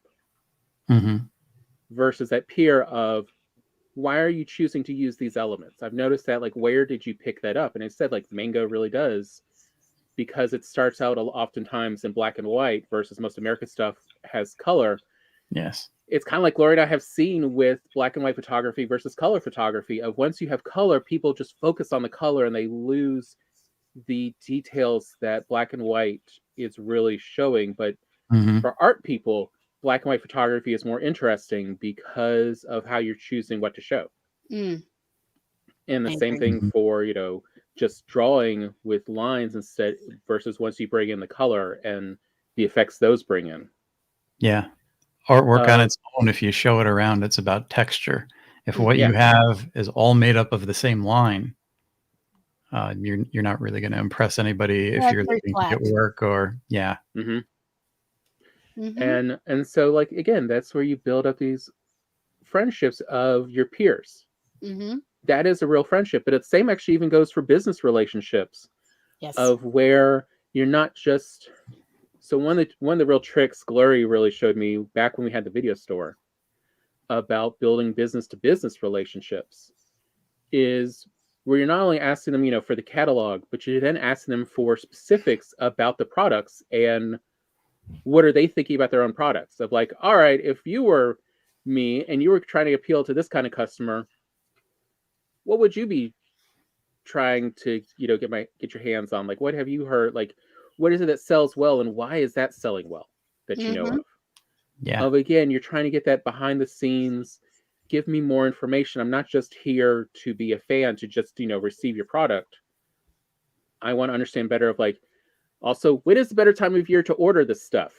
I've noticed like sometimes you get out of stock. Like when do you always have it in stock versus when does it become difficult to keep it in stock? And like, again, that actually builds a more of a relationship because you're then also showing, I understand you are a business and you're dealing with the realities of the world. So no, it's not always perfect. Yeah, actually, I found that question alone of why is it sometimes, or is there particular times where your products are scarcer or the wait is longer in ordering, before receiving? What do I need to know? And what I found the side effect of that was many manufacturers actually would think of me when they had lots of product and say, hey, now is a great time to order before we start running low for the Christmas season or whatever the season was that where they start running low in supply. And I appreciate that because it's like, okay, well, I'll be able to place an order in hopefully less than a month. And it was so helpful for me to be essentially given these reminders. And also, it essentially strengthened these business relationships that I had because, again, I was receiving a tip from them and then I was acting on it so they felt seen and heard. It's asking the right questions. And then they'd also tell us like when they were having a sale of, hey, this is actually we're about to have a sale on this Don't because order we've gotten that much yet. overstock. Only order what you have to order right now, Glory, because we're going to have a sale in 2 months and that's when you should like save up all your money for it. And I'm like, okay, when you say there's going to be a sale, like if we're talking 10%, like I'm just going to order, and they're like, no, it's the best sale we've had the whole time I've been working here. It's going to be 40% off wholesale. And I'm like, oh, yes, we're saving up our money. And they're like, yeah, you're going to love it. You're going to love it so much. I'm like, I'm going to owe you a meal and I see you next time in Vegas. Because I used to work in adult novelty industry. And there's the Las Vegas lingerie show that we'd meet at twice a year. So yeah, it's like, we got to go out there like, yeah, I want to take you to the steakhouse in the Rio. And there. But yeah, like those kind of like really building these wonderful relationships. Y'all, some of these business folks still send me Christmas cards. I have not worked in this industry for over a decade. We are still Facebook friends. They are no longer in the industry either. And we are still friends and they are still mailing me Christmas cards because we really made connections as friends as well as business relationships. Because that can happen. It doesn't happen with everybody, but to those who are open and flexible to that, it can be very gratifying. Yeah. And also, since we're in a group of writers, this kind of reminds me of a recent conversation with Dal when she put up a post and people were saying, change your main character because he's too angry. And I said, well, maybe it's about asking what would it take for you to continue becoming invested in this character and read on to find out why he's angry, because you shouldn't write a character that's just nice. There are plenty of main characters who aren't nice. And if they can give you an answer, then great. If they can't, you can just completely disregard that information, because if they can't tell you some suggestions of what would make that character more appealing, chances are they still need to work a little bit on their own craft. Right? Yeah. And that's a good one of like, real quick, we're going to talk about, just writing. And since we are writers and all that, one of the things I think gets left out a lot is, why is everyone in Hollywood movies so good looking? And it's because people are more immediately invested in better looking people. It's true. Yeah. And it's not necessarily actually looks. It's facial expressions. It's micro yes, we did want to expressions. talk about this. Yeah, of people are more interested in people who are more interested. Like, one of the big surprises I had growing up was realizing that attractiveness Hi, Nia. has very little to do with actual what you were born with genetics. Mm-hmm. It has far more to do with the expressions you practice to have and to show others. And as Gloria has found out from so many people that she's checked with, literally practicing in the mirror so that the expression you think you're making is actually the expression everyone else is seeing. Okay, so I've done a lot of extensive research about this because I had access to actual, I would say, B-level Hollywood actors at one point. It's a long story, but it did involve the Las Vegas lingerie show. But anyway, and I found out that pretty much if you think this person is nice looking, it's good to look at, easy on the eyes is what they used to say when I was young. More than likely, in fact, I would dare to say like 95% of all of them have practiced facial expressions at some point in the mirror. If they are more than likely still practicing facial expressions. So there is actually a way to practice facial expressions. And here we go. Are we ready? I am serious. This technique works. I have tried it on children. I have tried it on adults. I've tried it on neurodivergent folks. I have actually tried it also on those with, I believe it's called, trisomy 23? We used to call it Down syndrome. Yeah, trisomy 23. Thank you. I've tried it on a wide variety of children and adults, and it works because it's a practice. It's not a perfection. So here's how it goes. But real quick, yes. Sorry, but I did want to say, like, to Amanda's that symmetry in people's faces, affects attractiveness. Well, this is part of how you get symmetry. Look in the mirror when you do this. So yeah, because you can actually adjust your facial expression to simulate symmetry, perception to other people. So again, here we go. This is most useful if you can get a chair in front of a mirror, a larger mirror if possible, like such as in your bathroom, or maybe you have a mirror somewhere else in your house that you can still see yourself very clearly seated. Because I want you comfortable for this. Because once you get it right, you're going to want to practice it a bunch often. So here we go. You close your eyes. We're going to start with a smile because a smile is the most obvious facial expression that is useful in building relationships. I want you to imagine a smile you've seen before that you really liked, particularly a smile in real life, so we know it wasn't photoshopped. Because there is another issue with Photoshop. But anyway, we're going to talk about a real life smile that you were like, that smile made me feel all warm. Every time they smiled like that at me, I felt warm inside. I felt seen and loved. So imagine this smile. Now, with your eyes still closed, do this smile. Do it to the best of your ability. Just really get that smile and make sure that your face feels like you are definitely 400% sure doing the exact smile you remember. Now, when you open your eyes, you're going to look at the mirror and you're going to see if that is actually the smile you thought you were doing. Mm-hmm. It may not be. Be prepared because obviously the first time you do this, most people told me it was definitely not what they thought they were doing. Now, looking in the mirror, I want you to then try to adjust the smile you're working on to look more like the smile you remember. And if you need to, you may need to close your eyes and think of that smile again and keep repeating this, eyes closed, eyes open, until what you see in the mirror is in fact what you meant it to be. Then you're probably going to notice that some parts of your muscles feel tense and hurt. And that is because those muscles need more practice to build up. This is going to take weeks. It's just like your bodybuilding. It's going to take a little while to train up some muscles where it doesn't feel fatigued and your face doesn't hurt because you need to practice. Now, the second step on this is you then going to practice the smile and make sure your eyes look like they are smiling.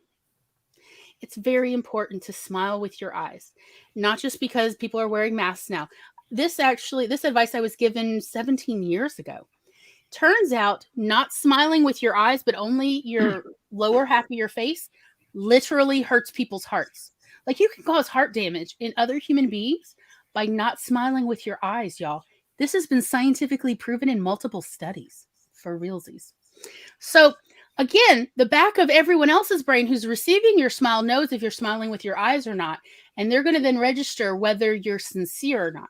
Because if your eyes are also smiling to match the smile on your face, they interpret that as sincere. Mhm. Versus You look very cold. I've known people like that.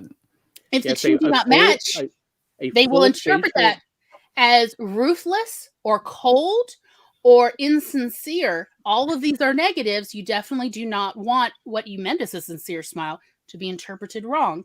Also, you don't want to hurt other people's hearts. And say, when you smile with your eyes, your full face, that's called a Duchenne smile, where you can see it in any part of them, versus a false smile that's only the lips.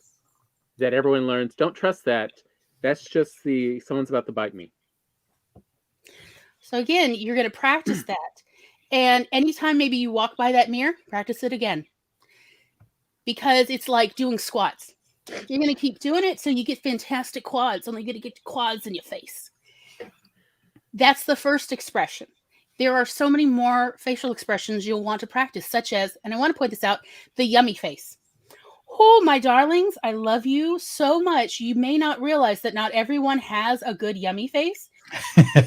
Many people have a frightening yummy face. As in, that is not a good yummy face, this one. I've known so many people who look angry, and that's in fact their yummy face. So again, what is yummy? This is so good. While you're practicing, you may want to rub your belly to help connect your brain to this is the happy, yummy face rather than the I have eaten trash face. So again, these are facial expressions that will help build and bond relationships because I want you to succeed. But here's what I'm going to tell you about success. The only way to succeed is to fail a whole heck of a lot first. Somewhere along the line, I don't know if it's just America or if it's the whole world, but we started attaching failure to character and morals and ethic problems. Failure is not a sign of weak character, weak morals, or anything else wrong with a person. Failure is a sign you are learning. Yes. And learning is good. Learning is so good. Exactly. You have to fail in order to learn. Right? I guess my number one tip when we're talking about the psychology of things is years ago, somebody said when you meet somebody, whether it's dating like we talked about before, or you're meeting somebody that you'd like to get to know, and they do start talking about something, you say that's interesting because you're interested in what they're saying. And most people are not interested in what you're saying. So if you seem to be interested, they will talk more. Mm-hmm. Or you say something simple like, you know, if they make a point you agree with, you say, yeah, I feel the same way. That encourages them to talk more. When somebody first told me this, I said, I'm going to try it. So I went up to this female friend and she started talking about something and I started saying all those lines and she's going on like, yeah. As she was getting really into it, I started laughing because I couldn't contain, the fact that I was doing this. And then I explained, that I was testing her on some psychology tips that somebody gave me. And she's like, don't practice your crap on me. But I'm like, hey, it worked. But I did want to show I was interested. Like I did want to build that friendship. Mm-hmm. And I mean, like, I'll also use that's fascinating because I am fascinated. Mm-hmm. I love learning. I love more information. I am an infovore. So I'm happy to receive anything that I wouldn't have thought of that. Like, I am that kind of person that's like, yes, give me all your knowledge. This is fascinating. Yeah. But people love to talk about these things that maybe they just learned or that they already know that they find really interesting. And yes, it is a way to essentially almost take a break in a conversation, get a little rest in there. That's a little tip for my introverts who find peopling tiring. I get it. I sometimes I just find talking tiring. So it's like nice to get a little break and listen to people. I love listening to other people's stories, but it is a way to conserve energy, since sometimes I get kind of fatigued. Not that I'm fatigued chatting with other people, but like going out, driving, ordering, whatever. That fatigues me. Walking back to the car to then walk back from the car to the house. Ugh. It's exhausting. I need to rest up. So hearing other people talk for a while and carry the bulk of the conversation is very enjoyable for me.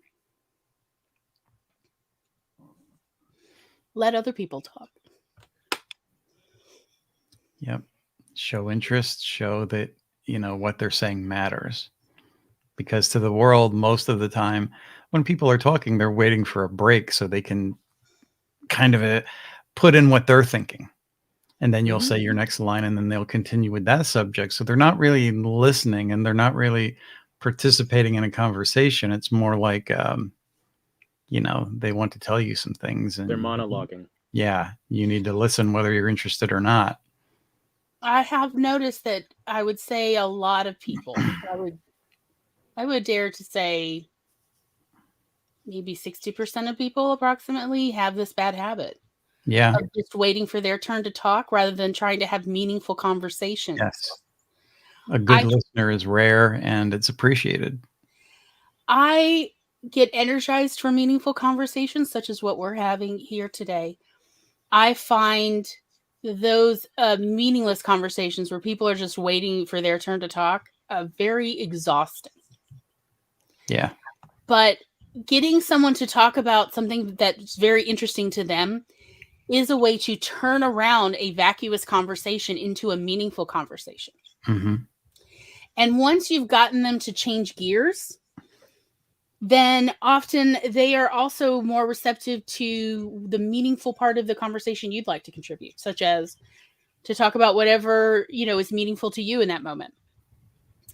It is, again, a way to help bond a relationship, or to at least have a more enjoyable time logging those hours to build a solid relationship. Yeah. That it is like among those activities that help build relationships. I will say I try to never burn bridges. My father told me, never burn a bridge you don't have to. You never know when you're going to have to cross back over it. Even when you are so sure you would rather eat your own fist than cross back over a bridge. You'd be surprised, was all he said. Like, so he wasn't like trying to tell me how to live my life, but he had that. He told me that as well when I was in middle school. I'm sorry to say the man was absolutely right. Oh, there's a few times, it's not many times in my whole life, but there's a few times I was like, I'm never going to have to cross over this bridge. I don't know why I don't just burn it. I was so grateful 12 years later, I had not burned that bridge a few times that has happened. And the other people were also like, yeah, I'm glad we're still talking. Yeah, okay, yeah, you could do this thing. So it did work out. That is another thing I wanted to be sure to mention on this episode about relationships is if you don't have to burn a bridge, don't burn a bridge. There's a few bridges I have happily burned. They usually involve, like, oh no, that person's a pedophile. I'll burn that bridge. Like, no, we're not crossing over. I'm not going to owe a favor to one of them. Nope. So there's a few, but not that many. Yeah. I think that works for people that burn bridges with you too, because some of them do come back, even if they're the ones that caused hard feelings. And then it's time to talk it out. Then I will put my cards on the table, maybe that they never paid attention to before, or I'll listen to what they have to say and see if it, is sincere, because you don't know how your relationship, or like we said, those seeds that you planted with people have rooted over time and how it's affect their lives. So it's always worth listening. And if they didn't change, then you'll quickly find out. Yes. Oh yeah. Absolutely. All right. I think Dad, probably it's about time for another little bio break. All right. Again, what a great time to make sure you're hydrated. And if you haven't, maybe give the show a like. Perhaps are you getting something out of this show? We'd love you to stroke that like button. Also, if you happen to have wandered in and you're like, this is cool, you could subscribe. It is totally free. If you have subscribed, let me point out how lovely the notification button is. That bell, it does ring sometimes. I'm just throwing that out there. It's something to think about. And if you've done all of that and you're like, but Glory, is there any more? Guess what? We just got memberships. Would you like more emojis? There are memberships available. All the emojis. And the more members we have, the more emojis we will be allowed to upload. So throwing that out there. It's just a novelty new thing. Figured we'd mention it. Yes, the fat little unicorn baby eating a donut was definitely the first emoji I uploaded. Because yes. And then there's the lurk unicorn baby as well. And the cake, as well as for Yarnia, if you remember the kitty. So there. Those were the emojis that YouTube let me upload. Those are all available under membership for the low, low price of 99 cents a month. And of course, we would definitely appreciate your love. Oh, so much love, y'all. I'm getting verklempt, so I'm glad we're about to go to break. Enjoy the puppies. I'm going to go have a little tear because I feel so loved. Thank you.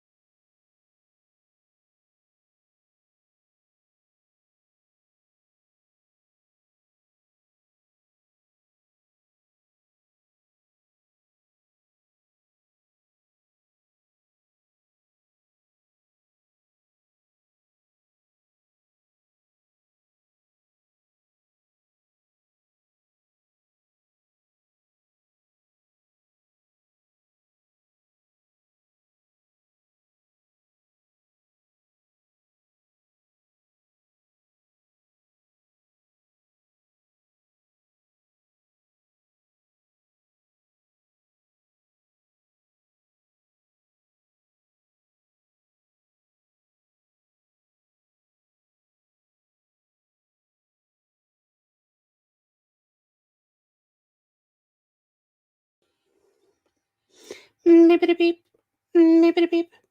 Beep beep beep. Boom. Well, here we are. And we made it back.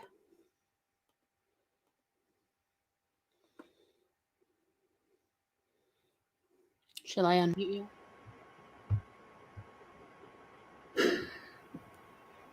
I'm going to unmute Robbie. Okay. Alrighty. How did everyone's break go? I just went next door to talk to a friend. How did that go? Seemed fun. Yeah, I had a good time too. Spen says, by the way, everyone should strive to be as positive about themselves as the pizza demon is.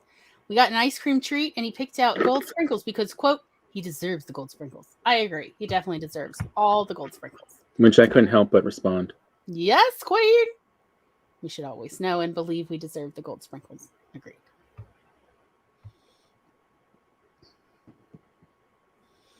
Ooh, Eva and her crew are having bacon and eggs for dinner. Sounds delicious. Megan we're both clicking the same thing. Megan hosted a dance party in her bedroom. That's fantastic. Yep. Good times.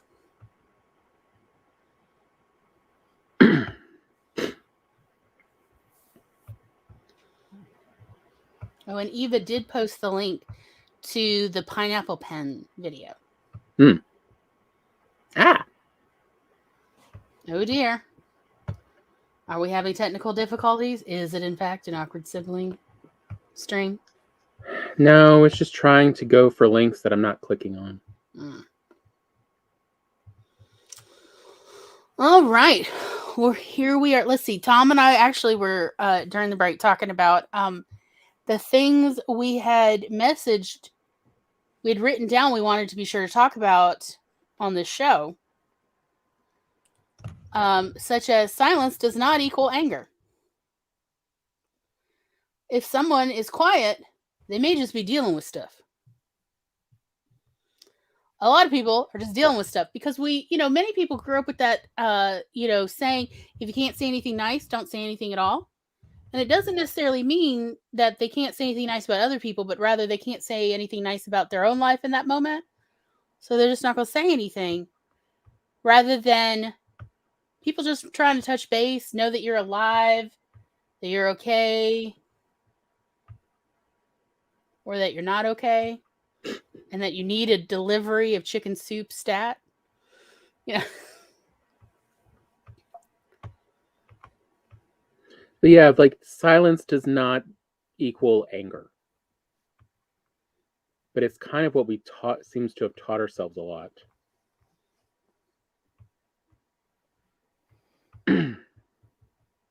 Yeah, often we stay silent because we don't feel like bringing others down. We know they are already struggling as well, and we don't want them to also have to deal with our struggles. Mm-hmm. So it's okay. Hey, Carrie. Hi, Carrie.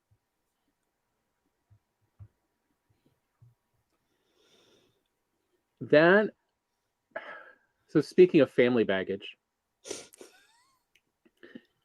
sitting in silence without another audio source, so like just sitting in silence in the car, is a special form of hell for our mother growing up. And she would do anything to avoid that silence. She always had audiobooks, but we couldn't just sit in silence in the we lost Robert. In the quiet as we thought of things we wanted to talk about with the other person. I mean, it is a really good skill and thing to understand of it's okay if you're both quiet doing your own thing. It again does not mean that there's some kind of subtle, unsaid, unresolved problems in the relationship. But they're seething with rage in this quiet in the car. Sometimes they just have nothing to talk about and they just want to enjoy the scenery, or they're just in their own thoughts. Mm-hmm. Just thinking and just checking, like, wait, is there anything I had wanted to talk to about? Kind of want to, but I don't remember what it was. as we both do. Yep. But it is nice to just be around people that you feel safe and comfortable with, just like your pets. Your pets like to just be near you because they feel more comforted and happier around you. There he is. I'm back. Yay! I like how much quicker now that your internet's working that you Yes. get back with us too. Yes. Good stuff. I tried to find Discord and I ended up downloading it and I got locked out. I could hear you guys, but I couldn't get back on, so I had to restart everything. That computer is really just Possessed. it's having a time. Yeah. But you made it. We appreciate the journey. It was like being in a cloud. I could hear everybody, but I couldn't interact. I became a ghost dragon. Yes. Apparently, Spence though feels our mom of The in car the car is torture. Yes. But versus like Gloria and I like to go just driving in the woods. I mean, we have such nice woods around here. Yeah, we do. And just, looking at stuff. Occasionally we'll play some music, some of our favorite music, but not always. Sometimes just nice, quiet. We like the road sounds. Mm-hmm. We have nice, quiet roads in Mississippi, so it's a very comforting sound versus... Yes, yeah, we know some states have just... Why is that road so loud? So loud. We're looking at you, Alabama. And Louisiana. Although Louisiana's aren't so bad because there's a pattern to their roads. It's the thump, the thump, the thump. Or sometimes it's thump, thump, thump, thump, thump, thump, thump. Yeah. But we have those has thump roads, yes. And there's a lot of side roads here that get very little work, and they kind of patch some of it up finally this summer, but for years it's the same potholes. You learn where they are and you just drive and dodge. Yes. Although, non-medical advice, we would never say this as any form of medical advice. But, we do occasionally have some problems over the decades with kidney stones. And it is a known one of like, if you want to help those stones move through the system quicker, you go find some bumpy roads and some not so good shocks. And those suckers will move. Yep.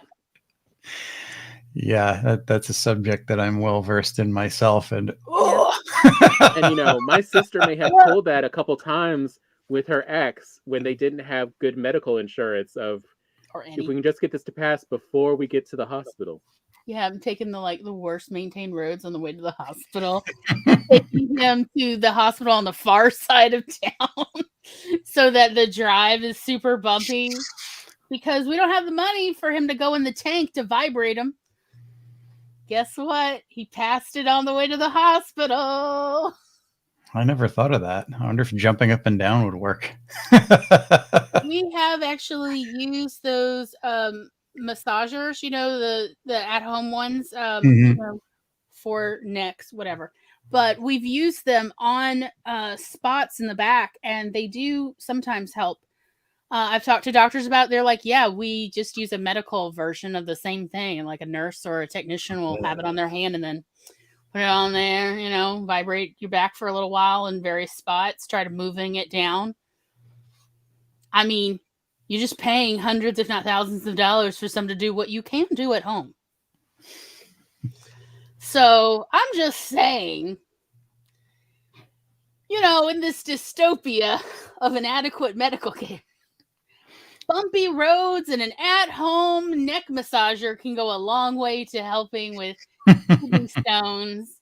But of course, this is not medical advice. It's just anecdotal. Tune in to learn how to make friends and get tips for your kidneys. That's right. Yeah. Spence says the number of times I've let someone drive right by where we were supposed to be going because the emotional effort it takes to break the silence takes too long and we have to drive around the block. Versus friends who I'm actively having a conversation with get so annoyed with me because I'll point out where we're going and how far away it is nonstop. I just hate being in cars, apparently. But again, it's that's the thing as you build friendships and relationships of learning how to communicate. I mean, one of one of the things we talk about that we actually picked up from being neurodivergent, and of course right now I can't remember any of them, but the line is the phrase that pays. Phrases that have a fairly universal communication to most people understand. Like in the US, when we say, "How are you doing?" we are not actually expecting you to respond with your current medical status. It is a phrase that means I like to start a conversation with you. Yes. And I'd like to know, what is your mental states? So is this a good time to talk with you? Mm-hmm. But I mean, Yeah. we're always listening for what are those little phrases that pay? Or those little tricks and stuff. Like our father learned that it's amazing what you can get from secretaries and get them to do if you bring them candy bars and a smile. I did not believe this, but man, did he prove it true.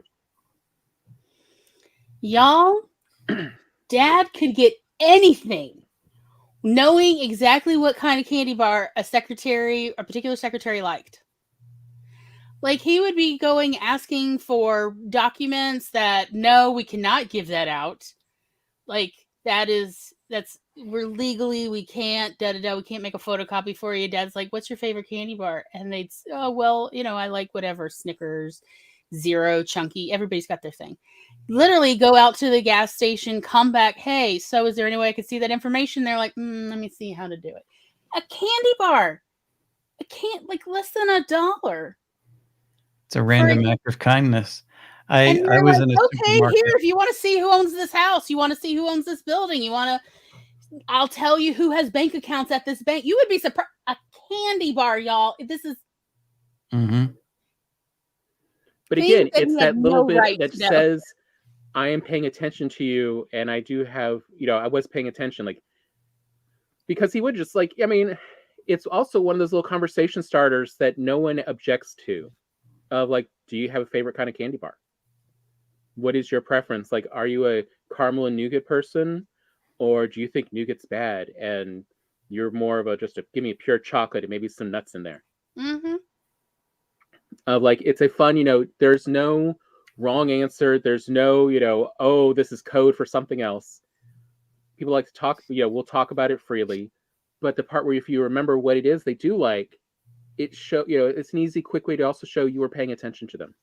And you care about what they say. They'll find a way to like help you out as much as they can legally. Which is why, like, yeah, Dad didn't always get the information exactly that he wanted, but he got what he needed for whatever the reason he needed to know something. And he learned that while he came from a military family. And it really works in the military. He told me when I went to boarding school, he's like, here's what's going to happen. And he handed me like 3 sacks of mini candy bars. And he's like, you are not to eat these on the way there. And I was like, but this is my favorite. He's like, no, here's what's going to happen. You're going to get there. They're going to assign you a dorm room. And the first thing you're going to do is you're going to go find these bags. You're going to open them. And you're going to offer these candy bars to all your roommates. And then you're going to go through your whole floor and offer candy bars. If somebody's not in their room, you don't leave a candy bar on their bed. You wait till you can meet them in person and you hand them a candy bar, one of these little candy bars.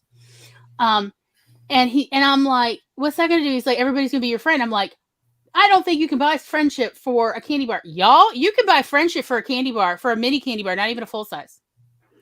You can buy friendship for a mini candy bar. I still have people I went to school with at Maxwell who like have hunted me down on Facebook to friend me, because I do have one of those names that no one else has, for a candy bar. I never had any other interactions with them. They only ever saw me because they were like in age too far above or below me or something. But they remembered me as the first interaction was me giving them a candy bar, and they were like, thank you. And they remembered my name. Y'all, I don't remember anybody's name. They remember my name decades later. Dad was right. Like, I'm just going to say, it is the phrase that pays. Just carry candy bars with you if you can.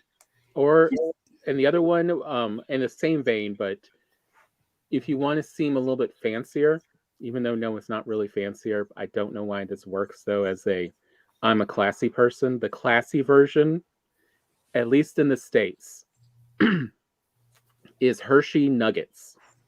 You know those little gold wrapped ones? They're like that little are bricks. these much thicker little, chocolate pieces of They chocolate. come in a mix of 4 in the bag.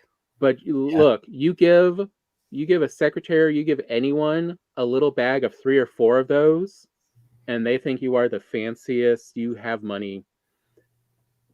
Like it cost, this is still less than $1 worth of chocolate. But they're like, these are some quality chocolates they gave me. They got good taste. There was a movie that talked about somebody at a job or a place that they worked that turned into a serial killer, and this character and said every job place has a guy like this. I think his name was Larry, and he's like, so on your first day at work, find your Larry and buy him a candy bar. Mm-hmm. Make sure you keep Larry as your friend, so that Larry someday will send you a message. Hey, you may want to come in late to work today. Maybe come in afternoon. Like, okay, I'm going to talk about my library job real quick. So at a certain point, I ended up working at the Ivory Tower at the library, the library system I worked at, which was like where administration was, as well as cataloging, acquisitions, all the background stuff. I ended up working over there, and it was at the County Employee Industrial Park, which was one enormous refurbished bank. We were on the second floor. I start there and I find out that we're the redheaded stepchildren of this entire county. So I got myself a nice, pretty plate, and I put those little mini candy bars on there. Because I figured anybody who came over to our office, let them have a candy bar, whether it's the cleaning ladies or any buddy from downstairs. You get a candy bar for walking up the stairs. Sure. Y'all, it wasn't even 6 months before some of the employees, because they also did the license plates downstairs, they did the title searches, all that stuff. They would message me on Facebook, my private Facebook account, or text me and say, hey, so the whole building is now flooded and the records are all wet. I don't think you can even park. Just warning you. And there I am messaging my library director and my direct supervisor, and they're like, no one told us. And I'm like, they're like, why did they tell you? And I'm like, just sending the shrug emoji, because I'm special and loved. It's a candy bar show. So, which is how I got the secretary in our library system to start putting the candy bars I purchased as a company expense, so I didn't have to keep paying out of pocket. Because she was like, this is really effective to get us liked in the county. And I'm like, yeah, we need to really finance this. Not that it costs that much. Any given month. Yeah, I was the one doing the purchases.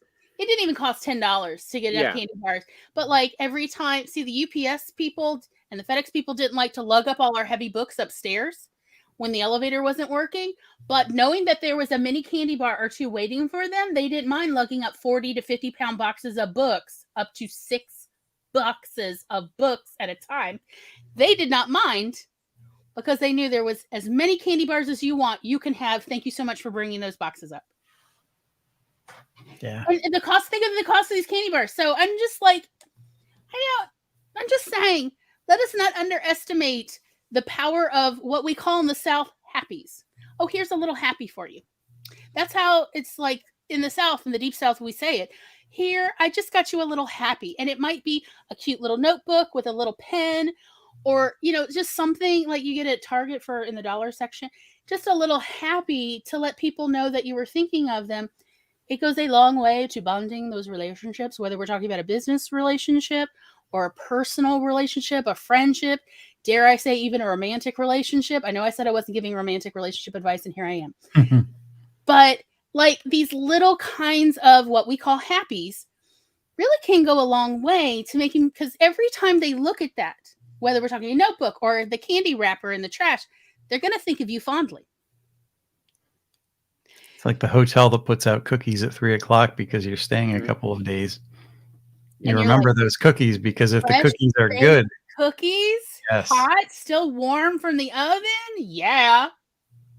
I'd say another trick that really works and helps show people that you're caring about them is whenever you're doing gifts, like these happies, it really does need to be something either sweet, so they have a literal sweet memory of you, or the best kind of gifts are things they will see repeatedly. So an item like that that they like, in Glory's case, dachshunds. So to get her a gift of some kind of little dachshund thing that she can enjoy, every time she sees that now, she is reminded of her friendship with you. And as silly as it sounds, like getting a little stuffed toy that has a UPS on it for, your favorite UPS driver. Just, we think of you and want to remind you of, like, your comfort for us to see. Again, they will see this item repeatedly and know that there's positive thoughts between y'all. And it doesn't matter if that's not their love language of gift giving. Because this is not like a gift with a capital G. This is a little happy. It's just a little reminder, a token of your affection or your esteem for them. And that goes a long way in building relationships stronger. Yeah. Without honestly having to do a whole lot of heavy lifting. Because let's be honest, adulthood, you just don't have a lot of time to do a lot of this heavy lifting that we all had more time and opportunity to do as children in school.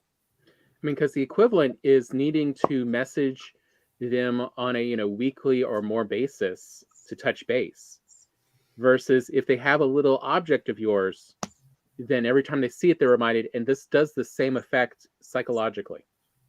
Yeah. And it keeps that friendship fresh. That random act of kindness thing.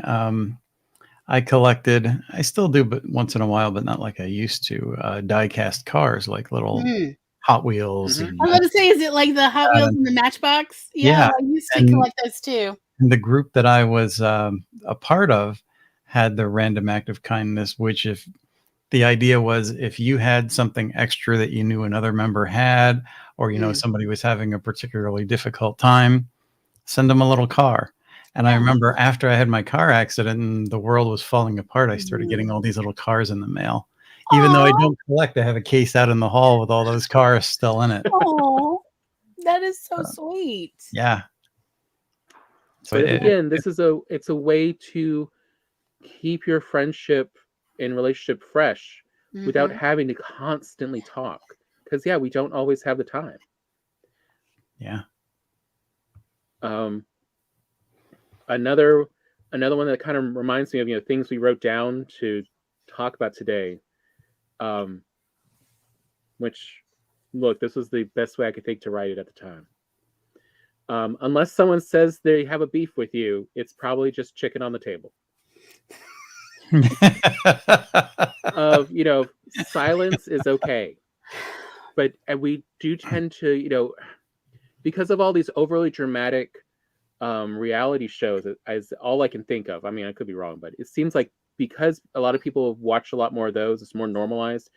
People assume that if people aren't talking, that there's a beef somewhere, and most time it's not. It's just my life's busy, your life's busy, all our lives are busy. We're just trying to keep our heads above water. We've been primed to assume the worst, and I mean, from every angle, from the media to those talk shows to everything, has been disaster upon disaster of what we should be assuming about life and the world, and it goes on and on. Megan, that's the way to do it. I think that's a wonderful idea. It really idea, does work. Megan. I've known other people that is how that does work. In fact, I may still have a template. I don't know if you have a printer, though. Oh, gosh, I feel like I'm dating myself now, but I've heard that young people... You can always go to Office Depot or FedEx or something. But it's a template for the little wrappers you wrap around nuggets or other little mini candy bars. So you can put your info on and then you print it out and stick it on. Like for business, those little Hershey's nuggets that Tom was talking about. You print it on sticker paper. And so your information's printed on there, and then you just stick it onto candy bars, wrappers, or the nuggets. I used to use those for the home party business. It was very effective. Oh, yeah. because it's not always appropriate to give out samples of flavored lube. But it's always appropriate to give out chocolate. It's always appropriate. So yeah. I do think that's a great. But yeah, you can like print it over at one of those office supply stores. That's true. Tom points out, or like what is it? The UPS store also has printing. Also, a lot of local public libraries have public printing available. Yeah. Just to like mention that. Yeah, Spence brings up the. Yeah. I think that they're not talking, they must be mad at me is a much more primal fear and sensation if it was something we learned because we live in a society. Yeah. But I mean, it's that, well, it's like, all right, Glory, the other thing we were talking about, let's talk about, what would you call it? Weaponizing positivity? Okay. Here's truly a fun way to take back your power. So this was the same time period as I was trying to figure out how to say yes to everything that people, proposed to me to do. Okay. And, in the South, we have this phrase, killing them with kindness. And I figured it was the other side of killing them with kindness, which is no matter what someone says to me, I'm going to just assume that it was said to me in the best possible light, that it was not an insult, and that they're going to have to work extra hard if someone is trying to insult me, like to make it abundantly clear. So for instance, and I did have a patron come up to me and go, wow, you've got a mighty big backside. And I was like, thank you. I didn't do much to get it, but it gets the compliments. And then I walked off. And then they smiled and they were like, yeah, it is pretty good. And it was like, they went there trying to give a snide comment, and I turned it around, and then they agreed with me. And that is just one of about 1,000 experiences that I had in this, essentially my early 30s, early to mid 30s, where I decide no matter what, whether it's a stranger, such as that patron, or someone I know, like my colleagues or my friends, no matter what they say, I will not take it, quote, the wrong way. I will only take everything they say as compliments. You talk too much. And it's like, thank you. I'm trying to make sure that you feel welcome. Y'all, this was a life changer. It improved every relationship I wanted to maintain. It improved every relationship I felt kind of iffy, like, I don't know that I really like this person. But then their attitude improved because I kept taking everything that came out of their mouth as a positive thing. Now, Tom, however, did see a couple people in action trying to be actively rude to me, and they're having to twist themselves into pretzel knots to get me to understand they meant it in a bad way. And it was hilarious. And then I just acted dumb to drive them nuts, quite frankly. And it was absolutely worth the price of admission. As well as often they would just get tired and give up. And then, assume that we're still not enemies, because that takes effort, y'all, just for the record. That takes effort, and that's exhausting for me, because I find interpersonal drama somewhere between off-putting and repulsive. It's exhausting to me to be like dealing with other people's beefs with me, or vice versa. Like, oh, it's so tiring. Even when other people are talking about their drama with other people, I'm like, I can literally feel my energy lag, and I just want to like crawl into bed and just, no, I can't bear.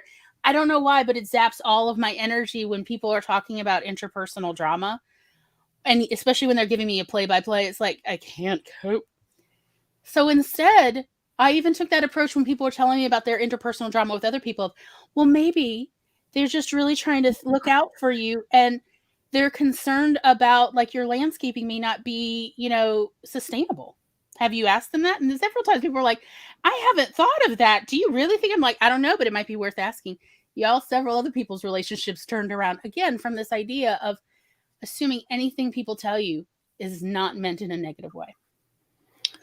Yeah. And I think what Spence says here about being engaged with our packs or we're going to die, I mean, a lot of that is survival, and it comes back from instincts that are kind of primordial. But at the same time, I got to see a really good example of this when I went to art school, because at that point in time, it was prior to the internet. So nobody had other artists to communicate with. So we were all working in a box. Mm. So once we got there and we could talk to people about our comic books and our experiences, it was like a utopia. We were staying up all night just talking because people couldn't get enough of just having somebody to talk to. But here's the thing. Society, any society, no matter how good or perfect it may seem, starts to divide and subdivide because people grow in different ways and you change course. But when you change course, then you become a different pack in our society, because we're taught to look at those guys and say, I'm with this group over here and we're right and you're wrong. And I was watching something that it was some kind of I won't mention any names, but somebody who is a psychologist and talks about the ways of the world and is very political, and was saying, yes, we can't have those freedoms here in this country because other countries that gave their citizens these freedoms, what we found out is they're all taking different courses in life and what they want to do with their work and their jobs. And we were very shocked at that. And it's like, you're a psychologist and you're shocked at that, and you're saying that that's a bad thing? People, if you give them freedoms and educate them, are going to go in different directions. And this is actually a good thing. It's not that that pack over here is wrong. It's just that they're growing in another direction. And if we were supportive of one another rather than looking at who's right and who's wrong, we could revolutionize our entire society. I miss, back when politics in the US was about priorities instead of right and wrong, black and white. There is no middle ground view that has really taken up these last 2 decades. No, really, since the 80s or maybe even the 60s, but the 80s revolutionized so much of it. And but it was like, there used to just be we elect someone to go with our priorities, and their job is to see how best they can get those priorities done. But it's not anyone who doesn't have our views is just wrong. We just need to disregard them and make sure they don't get anything. Like, when everyone's trying to prevent everyone else from doing anything, all you get is gridlock. You don't get anything changed or improved. Yeah. And it takes the same thing goes for friendships. Yeah. You can be friends with multiple groups of people that don't necessarily overlap. And, that's fine. It's not if you're, friends with them, you can't be friends with us type. Like, that is such a childish view. There's a lot of different types of friendships we have and we develop. We have activity partner friendships. We have, artistic outlet friendships. Yeah. We have, psychology and just general conversation or storytelling friendships. Yeah. And everybody has, a place. If we did have that society, I think what they're really afraid of is the working class isn't going to be the working class, and the gears that churn industry are going to stop turning. But what people don't realize is not everybody has those kind of aspirations to go out and do something different. They just want to have a decent job and, have a living wage. And, in my own thing of asking people, what's your hopes and life of dream, beyond this place, most people didn't really have it. They just wanted to live their best life and be content with it. That's what they knew and what they grew up with. And again, it's perfectly fine. There's room for everybody, and they would all find a place in that. The gears of society would not stop turning. No, they wouldn't. I mean, I remember hearing, a few years ago, and I don't remember much about it, but I remember what the thoughts it led me on, which was about the great debate that periodically pops up, at least since the Enlightenment, about making things, in the work side of life, of, producing physical stuff and all that, and then the artistic side of life, and of like which, and the conversation was always which side is more important. And the truth is, you need both of them. You need the ones to essentially cover our Maslow's hierarchy of, health, safety, food, living in a nice place. And then you need the art side, the entertainment, to essentially inspire you to live and enjoy things. Yes. And I think that all comes from big business, really, because big business wants to be that controlling thing. They don't want competition. If they had competition, then it would be less money for them. But I've always likened it to, what they can hold in their tight little fist, and they don't want to see beyond the fact that more is actually more. You bring more people into the fold, you could potentially get more customers, more money, but you're keeping it very small based on what you can control. So you're really limiting yourself. It's kind of like what we've talked before about the difficulties in trade publishing now is they keep siloing genres, taller and thinner more and more, that it's hard for them to stay, of interest to new audiences. Yeah. And look at comic books. They're atrocious. They're putting no time and effort. Did you see that one from that interview with Grant Morrison, I think?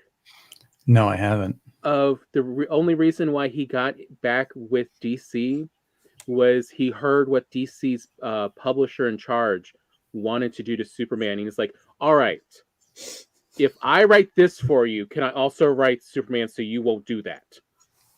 And they're like, yeah, we can do that.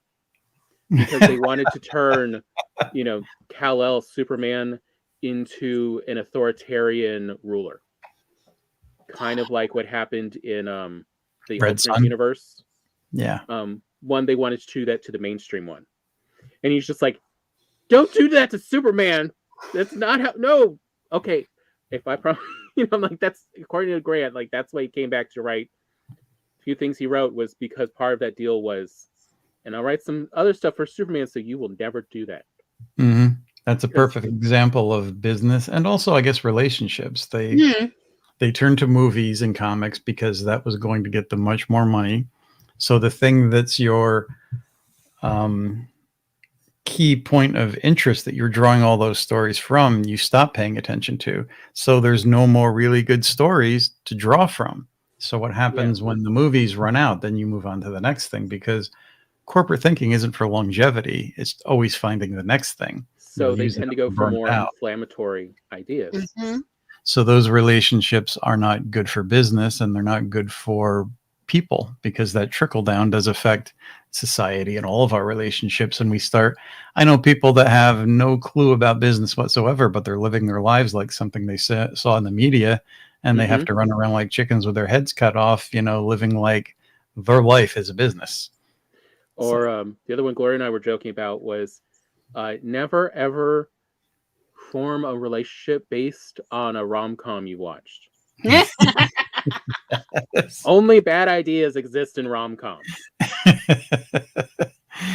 Because you're telling a short story. Like, it's a very short form of story. That's not how humans work.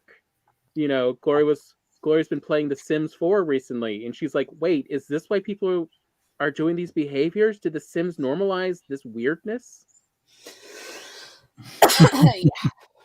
Again, like, Hollywood movies are not based on reality. Don't follow them. Well, they accelerate relationships, and they essentially have people who relatively just met behave in a way that is appropriate for people who've had long-term relationships, but are highly inappropriate for a relatively new relationship behavior. And they normalize this, and it's like, this is a recipe for failure in real life. But because there's not a lot of other media to show alternatives to behaving in this toxic way, that's all people know. And that's what they base their judgments on, and they base their own interactions on, and they compare and contrast real life relationships to what they see in media. There becomes a real issue with people struggling to maintain relationships. Mm-hmm. Yes, please do not do what The Sims does and think that this is like all you need to do for establishing or maintaining relationships of any kind. It's Yeah, what was it? If only there was a, what was it, brighten someone's day? yeah, how do you brighten someone's day? How is that a button? Because what brightens one person's day does not brighten another person's day. That's true. You can ask about someone's day. You can ask about their career. Those things, which are Sims options, are realistic. It's very obvious how you do that. But how do you brighten someone's day? And then, of course, for Glory's real annoyance, like she ranted on this one for several minutes. I knew you were going to tell on me. Little brothers! Is when you say meet you at the house because you're going to go out, to eat or to the club or whatever. Adventuring, movies, whatever. When someone gets there, that is not the time to go take a shower. And leave me alone in your house. What am I supposed to do? I don't want to snoop. That's rude. That is just straight up rude. I am in a place I do not want to be, your house without you. How? And you want me to entertain myself? And the only way to do that is to get invasive. I'm supposed to check your fridge? Like, these are rude things. Why is nobody being taught manners? But also, especially if you knew ahead of time, like we did talk about, if you're like, yeah, meet me at my house. I'll be home. I'll get off work at 5. So I'll be there. So meet me at 6:30. I'll have time to get ready. And then things happen and they don't get to leave work till later. So they're running behind and they message you, hey, I'm running behind. And you're like, well, I'm already on my way. I guess I'll just read a book while, you get ready. That's one thing because we can't help those. But you knew for 4 hours I was coming and you only shower after I get there. And it's like an hour long getting ready. Rude. Is my time not precious?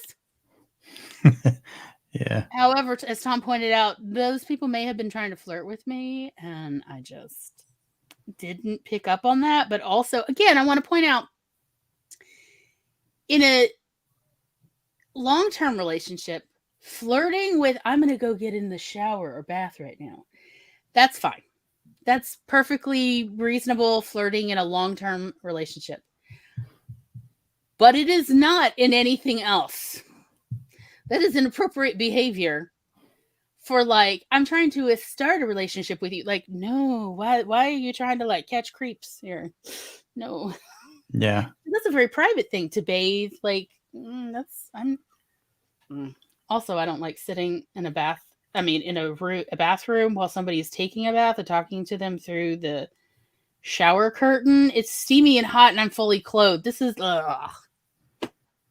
Anyway, that's a whole nother thing. And yeah, apparently I'm just not big on picking up on people flirting with me. So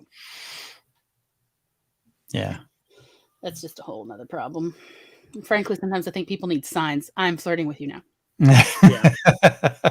I tend to take people at their words too. So I figure they're going to say what they mean and mean what they say, but Robert. And the time that you sweet if I picked up on those clues and said, okay, you want to get in the shower, that would be the time that I was direly wrong.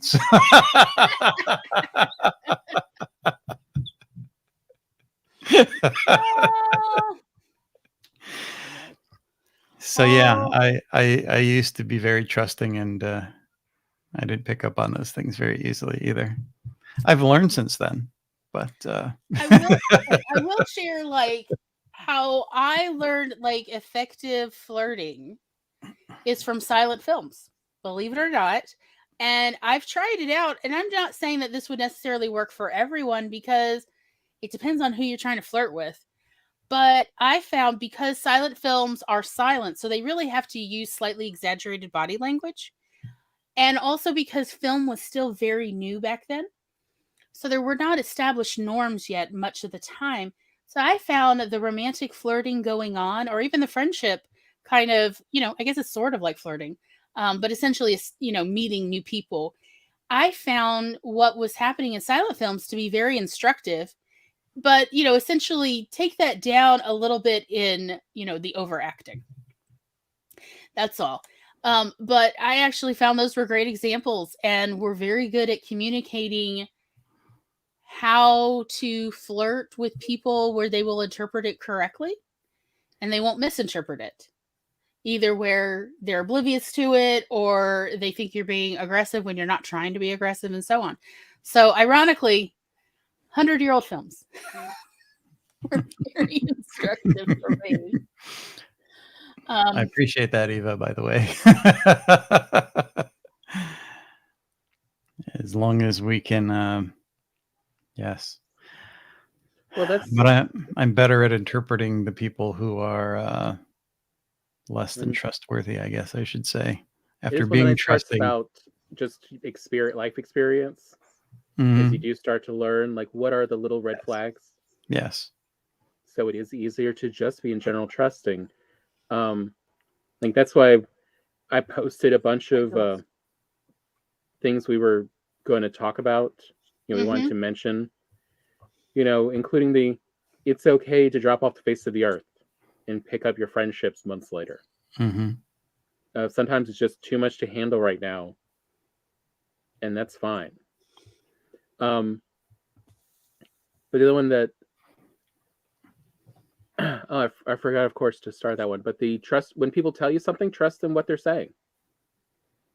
I mean, look at their actions to see if it follows. But whatever someone tells you, there's a reason they told you that. Mm-hmm. That's how I spent my teens and probably most of my 20s, because I was very introverted. So I would observe people. Yeah. And observing them, I learned a lot. See what they see if their actions follow suit. Yes, exactly. But trust what people tell you. For the most part, people are telling you that because they are, being honest and they want you to know. And something else, that's just true now of most people live in a state of, anxiety. Treat them with compassion. Yeah. Like it's hard right now. We are all it is so anxious. hard. Mm-hmm. It is so hard right now for everybody. Nobody is immune from the anxiety at this point. No, they're definitely not. And no, I mean it's like even the wealthy, who are normally insulated from most of the problems of the world, they're all like dealing with so much anxiety right now because there's just so much uncertainty, and the vast majority of people have not ever had to essentially become comfortable with uncertainty. No, and the whole idea of, like we were talking about before, picking those sides and choosing up your teams and everything in life is something that the media and politicians throw around. And the whole idea of influencer is there really are, you forget there's a wide variety of emotional states, a wide variety of educated states, and what people's life experiences are, and it affects everybody differently. And if somebody seems angry, usually there's a base reason inside for that anger. And even if they're screaming at you something that is completely foolish, there's something that's leading up to that, and they are in some kind of pain and acting out. Yeah. So a lot of anger people express is not at the people they're expressing it at. Yes. And yeah, I noticed that even when somebody says they're upset with you, it's rarely about you. Rarely. Because there's more going on in the back for them.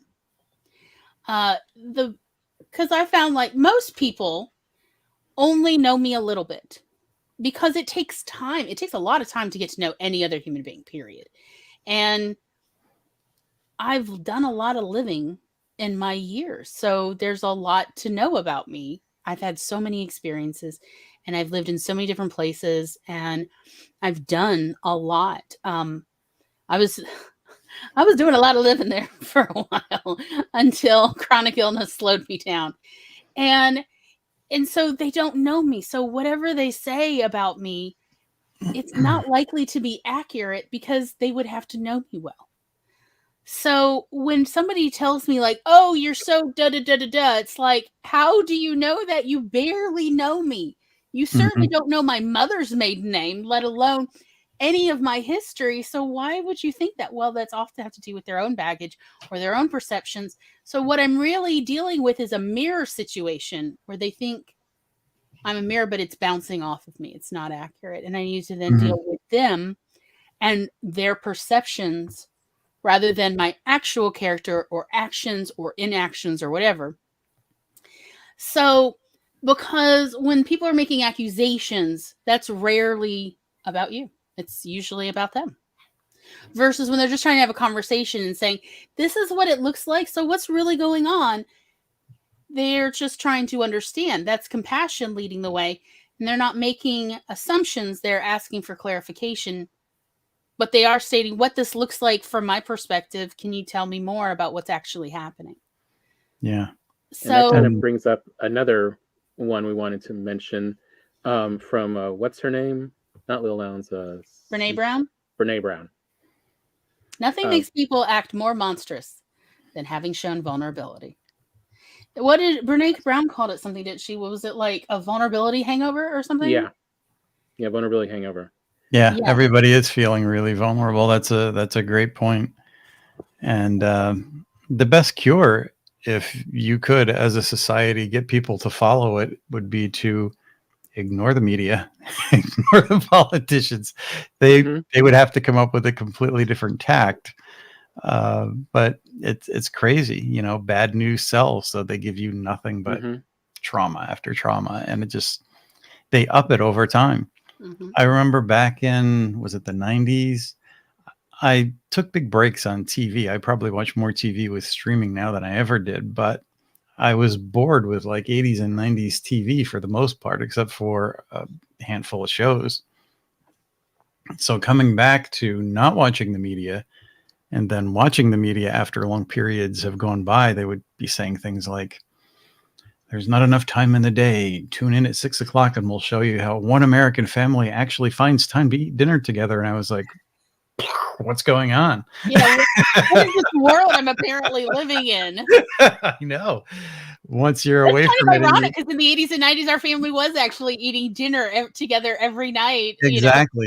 You know? And it just perpetuates and it builds and it snowballs. But if you step out of it for a while and you step back in, as I've done for years, it seems utterly ridiculous. And you think, where is this coming from?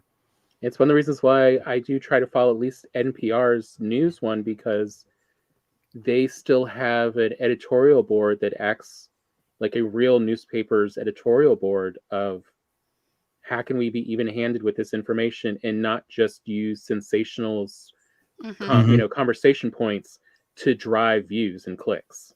Yeah. Of like, in all the different studies, they're one of the few that are still considered, high quality and even-handed. And so, it's like, let me page. And you do not hear those articles from them. It's the sensational. Tune in because you need to know this information, or else sharks are now in the freshwater lakes. Tune in to find out if they're if they live near you.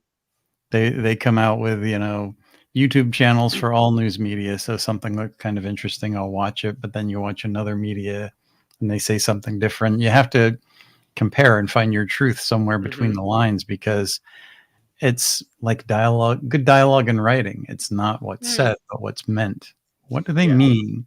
And if the world is filled with fear and anxiety levels are going up, you have to kind of look to the source of what's causing that. And I don't think a lot of people can. That's why they look for somebody to blame, because they all feel like we have to fight for something, but they're fighting for the wrong thing. They're just fighting against themselves, and it's doomed to failure. Eventually, that's the thing that will make our society crack if we're not careful. Yeah. Yeah, because you can't fight forever. At a certain point, you're going to need to rest. At a certain point, you may just run out of things to fight, and then you're fighting shadows and ghosts. They're not real. We see that a lot now, where people are essentially grasping at straws to fight things. And it will rile up the base, but it doesn't have legs. It's not something to actually be up in arms about, as much as just concerned. Of course, there are many things in our world to be concerned about, I mean, we want the world to still keep functioning. We care about people. And we care even about like our species as a whole, as well as the people we interact with and everybody in between, because we're caring human beings. And how much over the years in our lifetime, if you think about it, is going by that general rule of, in order to keep a society and have it be a society, we have to be fighting a larger, greater enemy outside of ourselves. But look at how that enemy has changed and grown over the years. Mm-hmm. It's put on different, more notorious faces, but it's always been there in one form or another. Oh yeah. I mean, but and truly, since you are definitely within the right age range, how much has the war on drugs failed? Yeah. And done the opposite of everything it's set its goals with. Every goal it had, the opposite has happened since the start of the war on drugs. Yeah. But it was a way to say there was an exterior threat. It was a way to say that there were others, that it wasn't all us. Yeah. Yeah, that's what we're seeing. And okay, changing, going on to another one. It's not the best segue, but here we are. Go on. But what makes a good friendship is,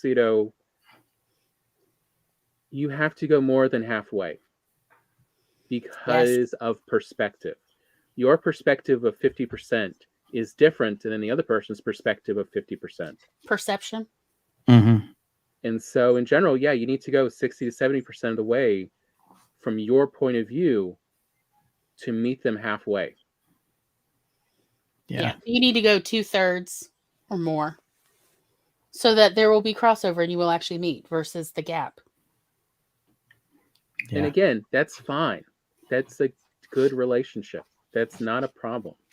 Now, if you're going the 100% of the way and their only job is to literally bring themselves, they don't even bring the conversation, no, that's not a good relationship.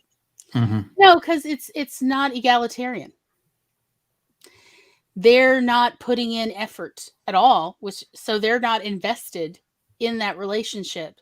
Yeah. There's the problem, because we value what we as human beings invest in, including effort and time and resources and so on. So if that other person is not investing at all, then they are not valuing this relationship either.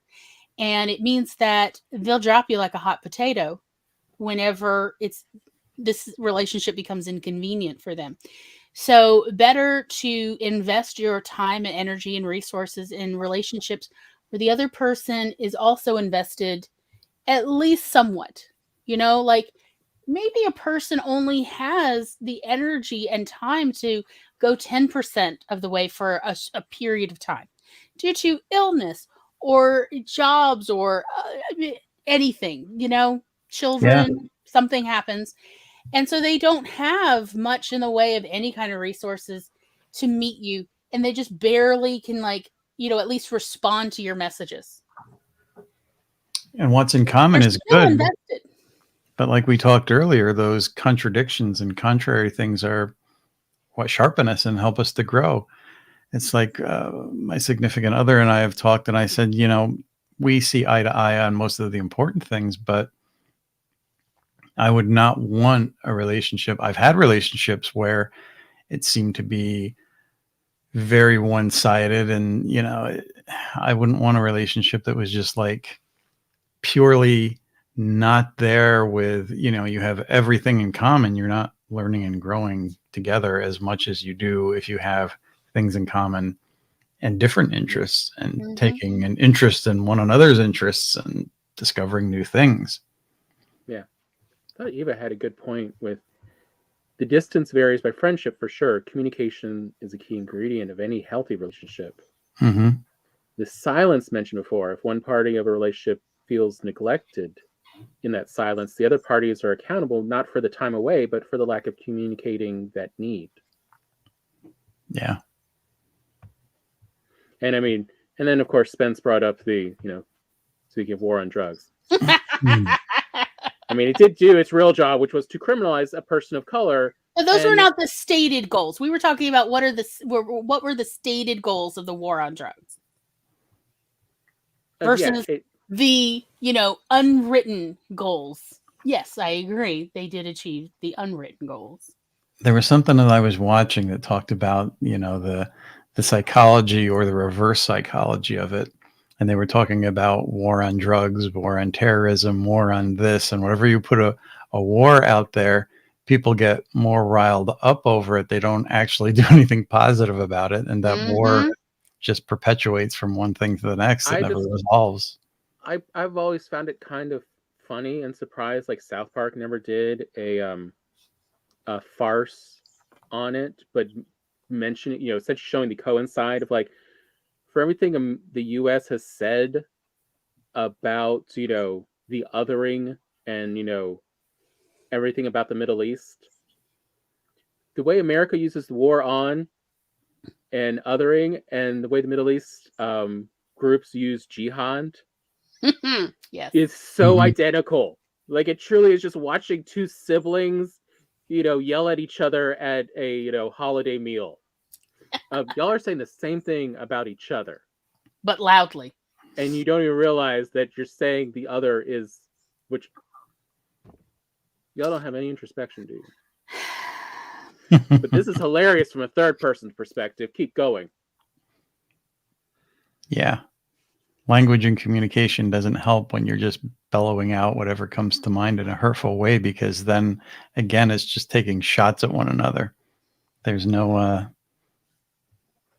nothing good from that. And, I had relationships that were like that, and Mhm. it was so destructive. Again, going back to that monologuing versus dialoguing, Agreed. Mhm. conversing. A monologue does not change no matter what anyone else says. A dialogue changes throughout and meanders as each person adds to the conversation. Well, let's be honest. A monologue is a performance. Yeah. It Yeah. is merely a performance. Taking It center is. stage, yes. I mean, there have been moments in my family where at a certain point I learned to just say, as my family would gather at the couch to watch whatever primetime TV, of like, I have something to say. I just need you all to listen to me for about 3.5 minutes. And they're like, go. And, but like, there I would have 4 sets of eyes glued to me as I monologued. This is how I feel. This is my rant. Da da da da da. And then afterwards, they're like, okay, the show's about to start. You need to wrap it up. You got 30 seconds. I'm like, okay, Although, here it is. And then, but like, I gotta be honest, I wasn't that mad that like essentially I wasn't given as much time as I wanted, because I did feel seen and like they did give me their undivided attention. But we all accepted this is a monologue. This is not a dialogue. For a speaking of dialogue, phrases that pay, different. you were telling people ahead of time what it is you need to get out of this real quick. That this is not a conversation you really wanted to have right now, but you just want to be heard by the people who know you. Mm-hmm. And that no one's expected or has to say anything in response. You don't have to give me insight or something pithy. I just need to be heard sometimes. And Mhm. like in my friendships, one of the things I learned to say is, okay, do you just need to be heard to be complained, or did you want to actually go over ways to work on this? Mm-hmm. And if they said they just needed to be heard, that's fine. If they said they needed to be worked on, that's great. If they keep coming back to say the same lines, They're like on if they repeat. work on it, it's like, you're not working on it though, are you?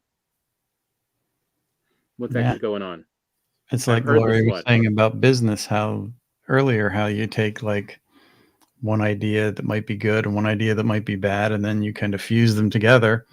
And I was telling her that I'm actually writing an idea for a video from Lejos Igri, and he talked about the art of conversation and how conversation from like Socrates moved on to what he calls the law of movement, how he would take the thesis, the initial point, and then the contradiction, which is the antithesis. And then point 3 would be to synthesize them, come up with something new. And then you move on, you're coming up with another contradiction, but by putting the two together and coming up with something new, you're constantly moving forward. So without that synthesis, you only have the thesis and the antithesis. and you're just batting back and forth, and it never synthesizes. Mm-hmm. Well, as we say in the education program, to keep your boat afloat on the SEA, synthesis, evaluation, and analysis is the top tier of comprehension.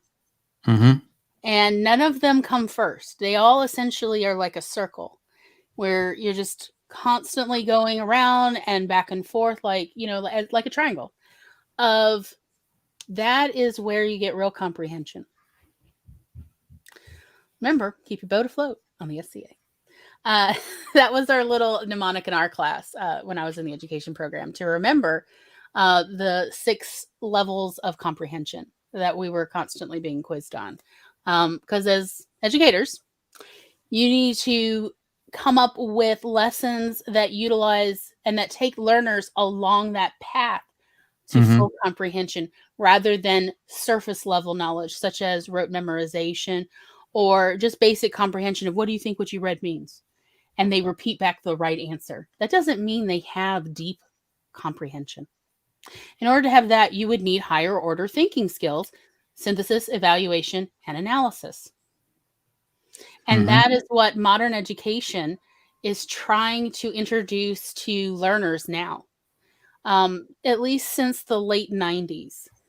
That's the big revolution in education, is teaching teachers how to train learners on how to synthesize, how to evaluate, and how to analyze anything. Because it's not something that was taught to older folks. Yeah. That's a problem. And we are seeing this right now in our country. Where people use the word research to simply mean looking for what agrees with what I've already stated. Yeah. Proof of what you've been told. Go to this website. The University of Facebook. Yeah. Or worse, the University of Pinterest. Again, like, just because you read it, you haven't analyzed if this is a reliable and accurate resource. Or even within the study, if it actually was performed in a scientific manner with accurate review process.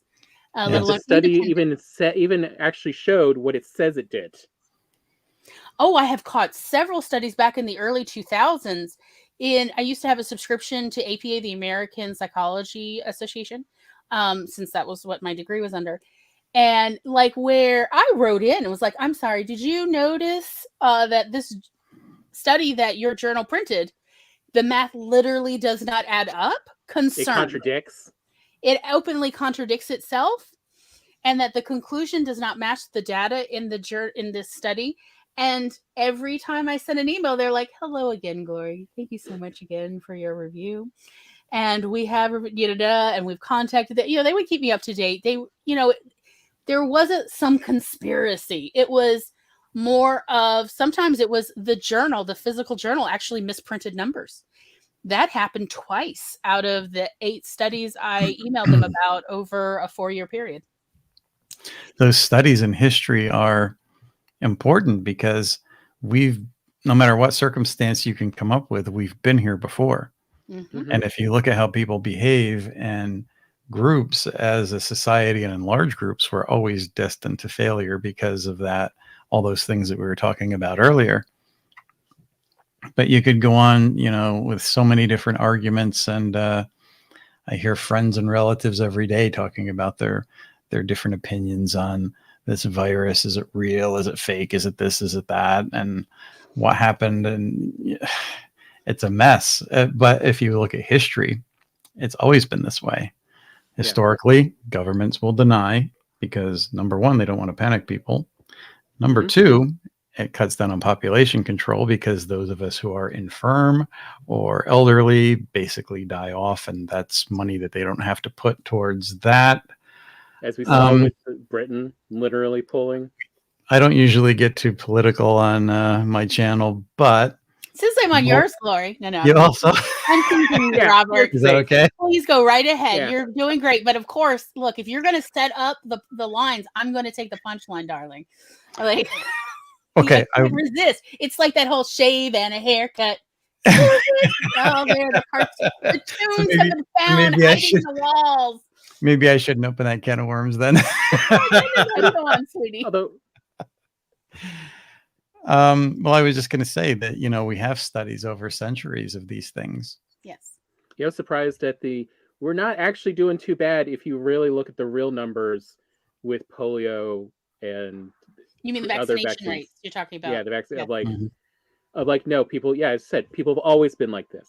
It's the same They're reason why the slow to adopt. CDC held off for a while on talking about masks, because the difficulty with the average human is when you contradict what your previous statement was. Most humans get confused very quickly, and they're not sure then what to follow if you go back on something. Right. And that's why they're having so much trouble now, is again because things are changing back again. And like, no, we only go in one direction. No, this is health. It's not a straight line. Sometimes you get better, sometimes you get sicker. It's not just a straight line to once we start getting healthier, we only get healthier. I did post the Time article about the history of vaccination adoption in the Unicorn Council Discord server for anybody who is interested in reading it, about essentially the historical adoption and sometimes outlawing vaccination, as America has done. Enjoy that article. It's excellent. I thought it was very well written and well researched. So if you are interested, that article is linked in the Discord server reading room for anybody. So Eva brought up something, and I realized like one thing we haven't talked directly about and actually mentioned in this entire conversation. It's like, y'all sound like you run into healthier folks than I have, maybe. And I realized like one of the things we haven't talked about or mentioned is it's not that it's healthier, it's that we are a little bit older. We recognize red flags. When someone says this or this, it tends to indicate a lot of other behaviors. Yes. That's really what red flags are about. Is it's not the specific what they're saying, oh, that's bad. It's that it indicates all these other things. Yeah, and it's Like, also getting past trauma too, because we're old enough to have had more than our fair share of it. And I think after a while, you either get better or you don't. I mean, it's about learning. I was having a conversation with Lisa Daly about this and how, she was talking about some of the stuff in her life. And I said, if you think about it, most people going through some of what we have gone through would not be looking at life positively or wanting to be kind to others. But the fact that we still are means a lot. It says a lot about our character and how much we have overcome. And I think that's life. You go through that to learn, to overcome, and what's important and what's not important. But I think, my family and the people that I've met, they were very unhealthy. It took me a long time to get beyond all that. not in the red flags, but but speaking of mental health though, like I think you will enjoy Spence's, it's truly an amen about family. I think everyone will enjoy Spence's little bit. About running into healthier people reminded me of my physical realm friend group and how our group chat is called 4 out of 4 friends, because one of our friends saw a fun fact. You want to click on the next? That said 1 out of every 4 people in a friend group has a mental health issue. And we just all looked at each other and laughed nervously like, oh, we must have effed up the bell curve.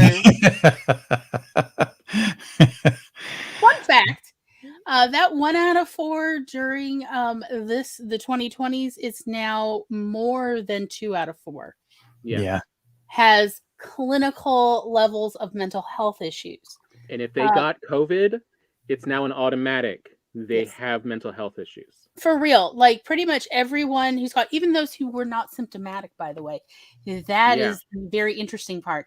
Those who did not exhibit symptoms are then far more likely to experience mental health issues within 6 months of catching COVID, even for asymptomatic. So they're still studying the effects of COVID-19 on the brain and the nervous system, since it seems to have long-term effects even for the asymptomatic. So Eva says, the old saying, treat others how you want to be treated, I've always taken as an observation more than a recommendation.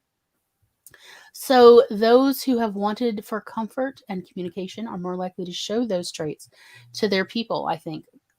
I don't know things.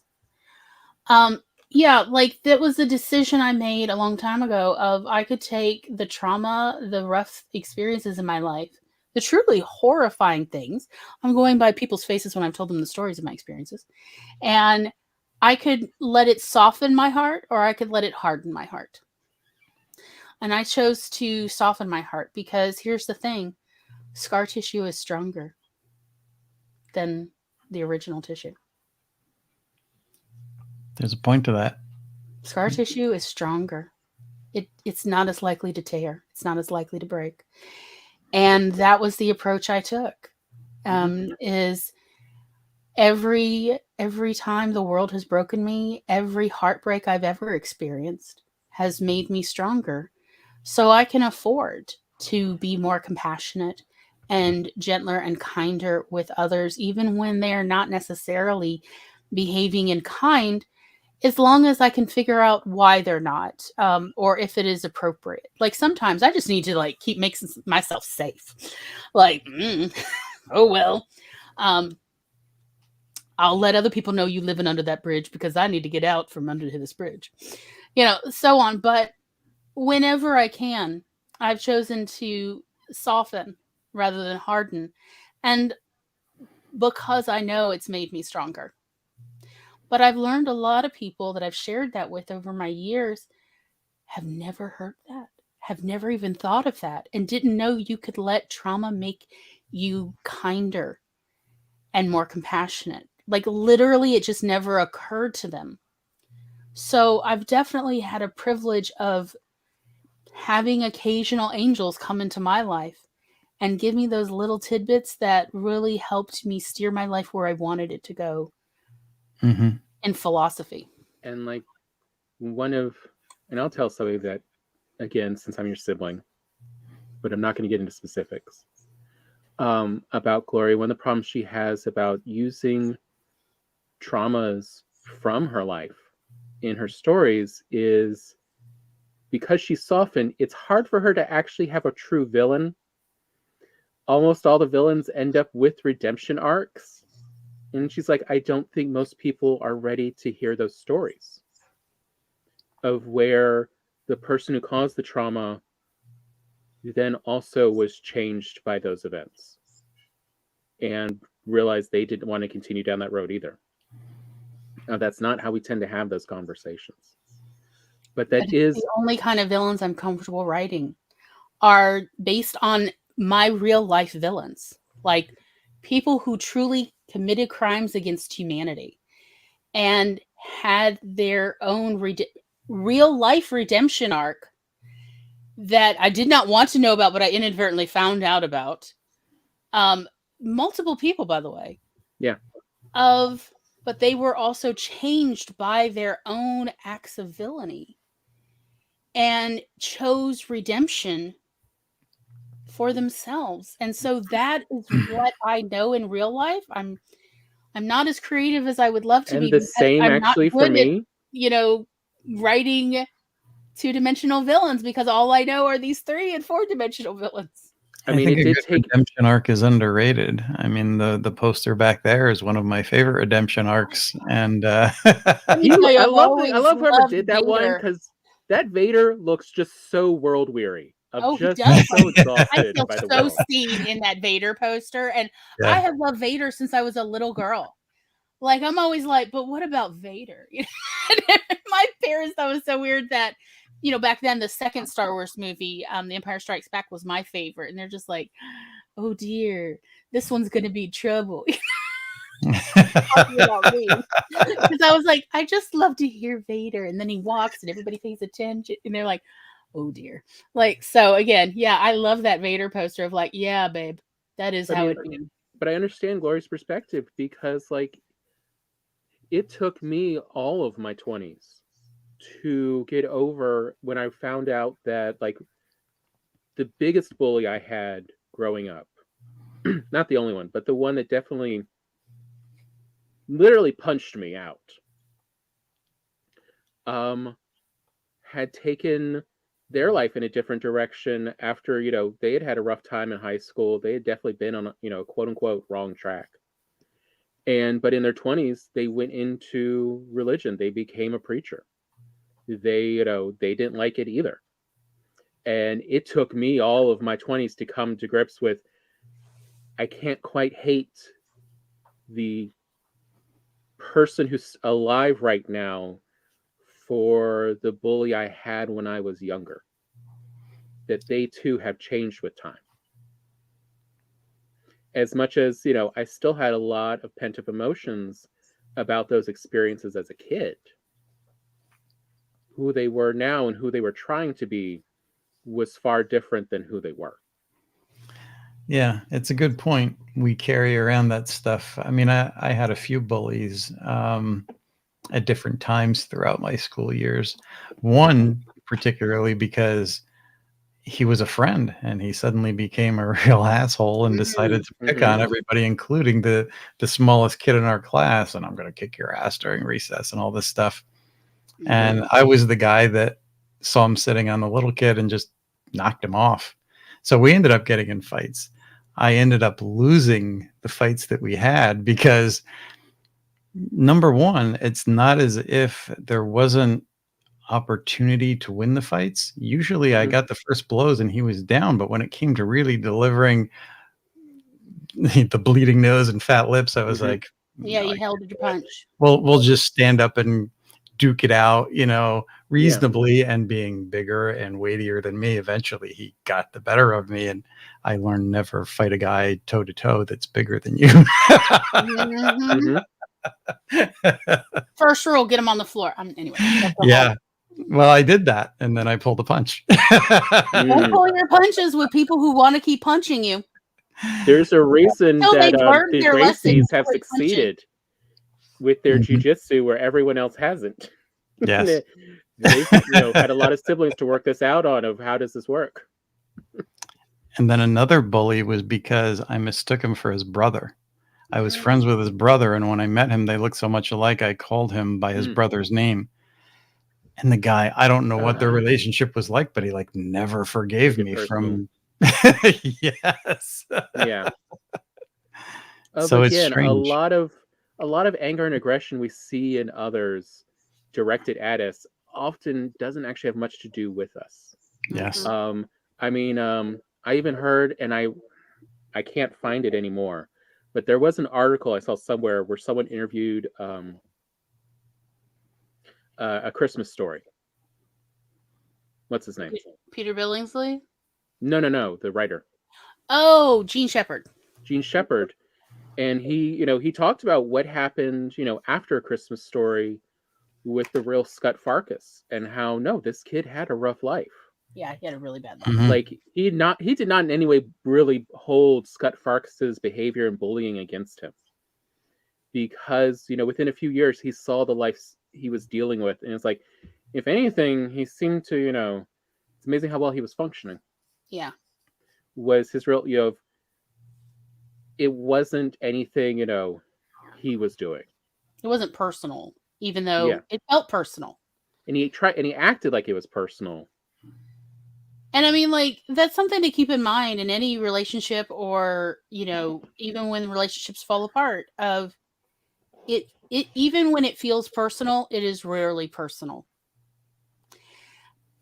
The thing that I learned in my 20s that I did not understand, other people did not intuitively learn or know, is our feelings, our emotional experiences are not, all right, I'm going to say it. Y'all all going to hate me. I don't care. Are not most of the time rooted in fact. They're just how we feel. They're not based on the reality of our shared reality. They're just how we feel. Feelings are not logic. There is a difference, even though our feelings feel very legitimate, and they are that you're experiencing them, but they are not necessarily accurate in the pseudo logic that our emotions give us. So just keep that in mind. Again, how you feel is valid, but why you feel that way you know what? Your brain just made it up. I'm just going to tell you. Because that's how human psychology works. Your brain just makes stuff up. I'll say, I feel this way because you didn't make my breakfast this morning. And so I went to work hungry. And then all these things happen. It's like, no, that is your brain telling you why. That is not accurate. Calm down. I'll say the real secret about humans is humans are not logical. We are emotional.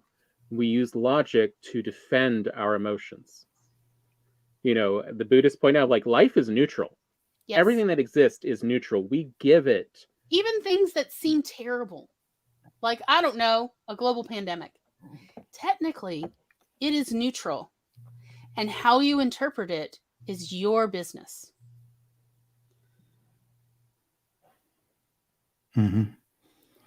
There is no required way to interpret any event in your life, any event on the planet. It's just a thing that happens, whatever it is or doesn't happen. How you choose to feel, and a lot of people do not realize that you can, in fact, decide how to feel. Yeah. I used to hear that in my early 20s, and I was like, wait, what? No, I can't choose how I feel. It's just they come up. They just bubble up, and how I feel is how I feel. And yes, that is accurate and valid. But then there's the next option where you think about it for a moment. You go, oh, no, that feeling's not accurate. That's not how I want to feel. I'm going to choose something else instead. This is how I wish to feel. Yeah. Or they just, I'm not feeling well. Why am I not feeling well? Is there something that would put me in a better, I don't really want to deal with the day in a negative way, like something. And sometimes it is just, well, I'm going to go get a candy bar, or it's pizza day. I'm an adult. It's pizza day. There's action and reaction. And as Eva said about the vicious loop with bullies and also being caught up in domestic violence at an early age, that was me. I mean, my father was a raging alcoholic. And I think that's why I pulled the punches on the other kid, because I made a pact with myself that I was not going to be like him. So his advice was always, somebody picks on you, you do this, you do that. Yeah. And it's like, nope, it's just not me. I'm not going to be that person.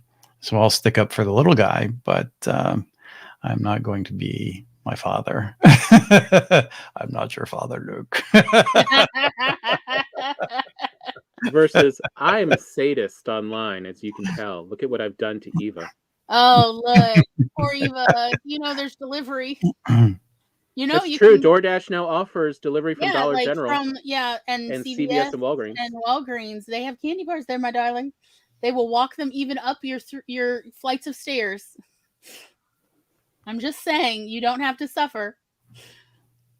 Yeah. My significant other has told me that in my videos, I need to add more personal stuff, little snippets of life.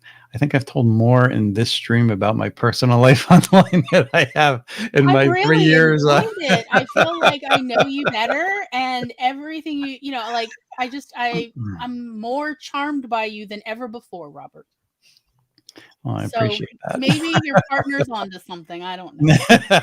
Yes, I'm sure she is. She usually is. Sounds like a wise person. Yes. I mean, and going back a little bit, but I did want to mention before we finish this, so we all learn red flags at different rates. It comes from experience, and it comes from those we know, and that's part of having friendships. Is you then talk about your other friendships and other relationships with your friends, and you hear their little opinions, and they may notice red flags, or also, I don't know what the counterpart is. Like, is it white flags? Green flags? Green flags? Yeah.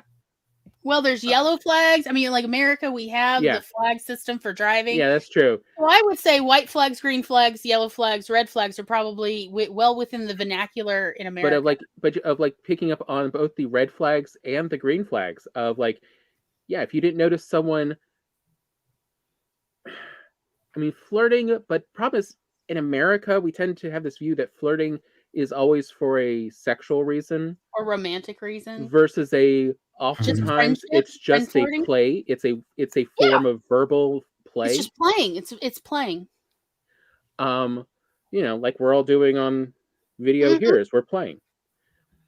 but of, also telling people, these things people, your other friends were doing, and they can also help you understand of, no, that was a green flag. That was they want to get to know you better. Mm-hmm. Where you may be a little confused, or you just haven't experienced, that kind of conversational form, or that kind of response, and that kind of gift giving and stuff of like, what am I seeing here? I don't yet want to admit to this person I'm not sure what they're doing. I'm worried that may also ruin a few things of like, that's the other nice part of having multiple friends, is you talk with them and they also talk about, what's the good and bad of what's going on here, and what they've experienced in their relationships, both business and friendships, and partner wise, to give you a better experience, a better concept of when someone says this is good, or when someone says all homeless people need to be put to death, that's a red flag. He's referencing a story I told him this past week that led to someone's divorce. Anyway, that's a whole. And I'll tell y'all. You know what? Come to the after party. I'll tell the story there. It has like acts. It's a multi-act story.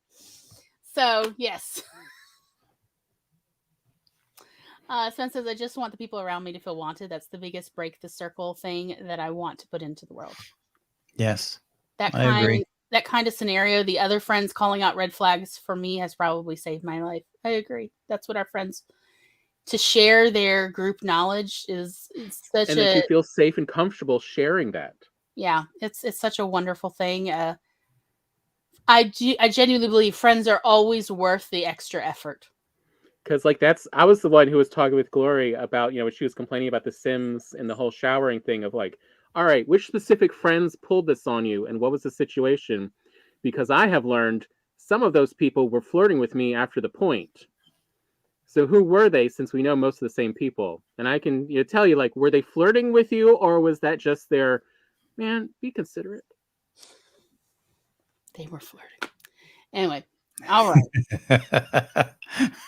Again, like, that's the beauty of, having friends to talk with, of you've all had different life lessons you've learned. And so share it. Like, that's another part, that having friendship, and being able to share about yourself. And not worried about, oh, they're going to reject me because they find out I'm flawed in this way. Yeah, we learn from sharing, but we learn from everybody else's trial and error. So if we only see the success, you don't know what went behind it. Right.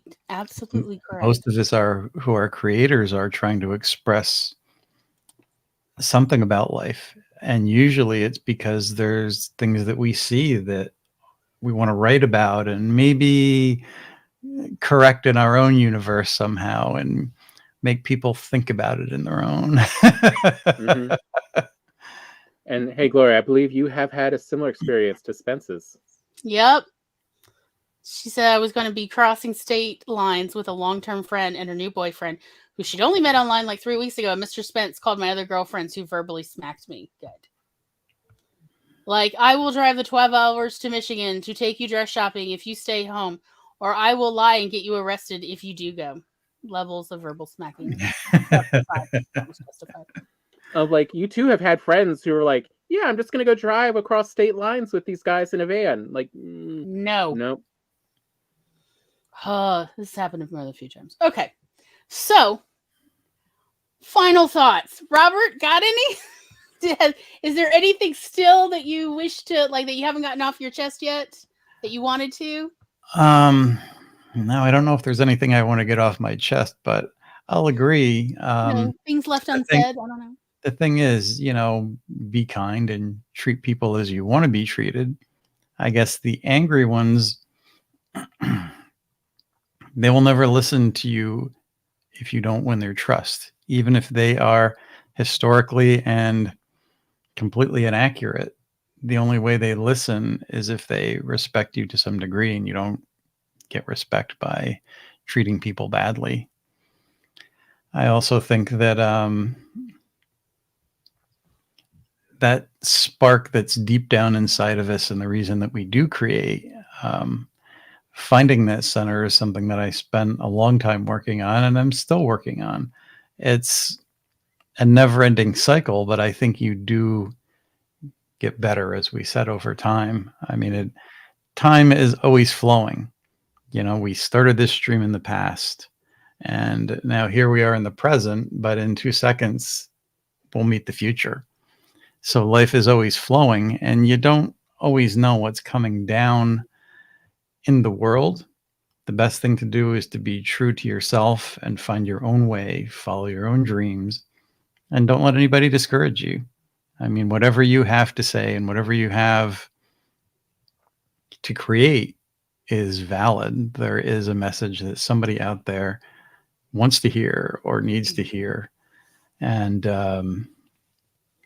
I think expressing it in that way is one of the best things that we can put out to the world. We need to just find that creative spark, find that best in ourselves. And it may look like we're exposing it to the world, but at the same time, it's a mirror.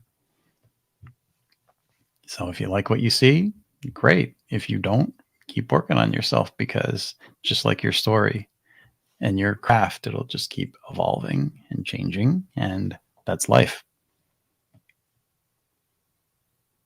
Good points. Tom, how are you on final thoughts?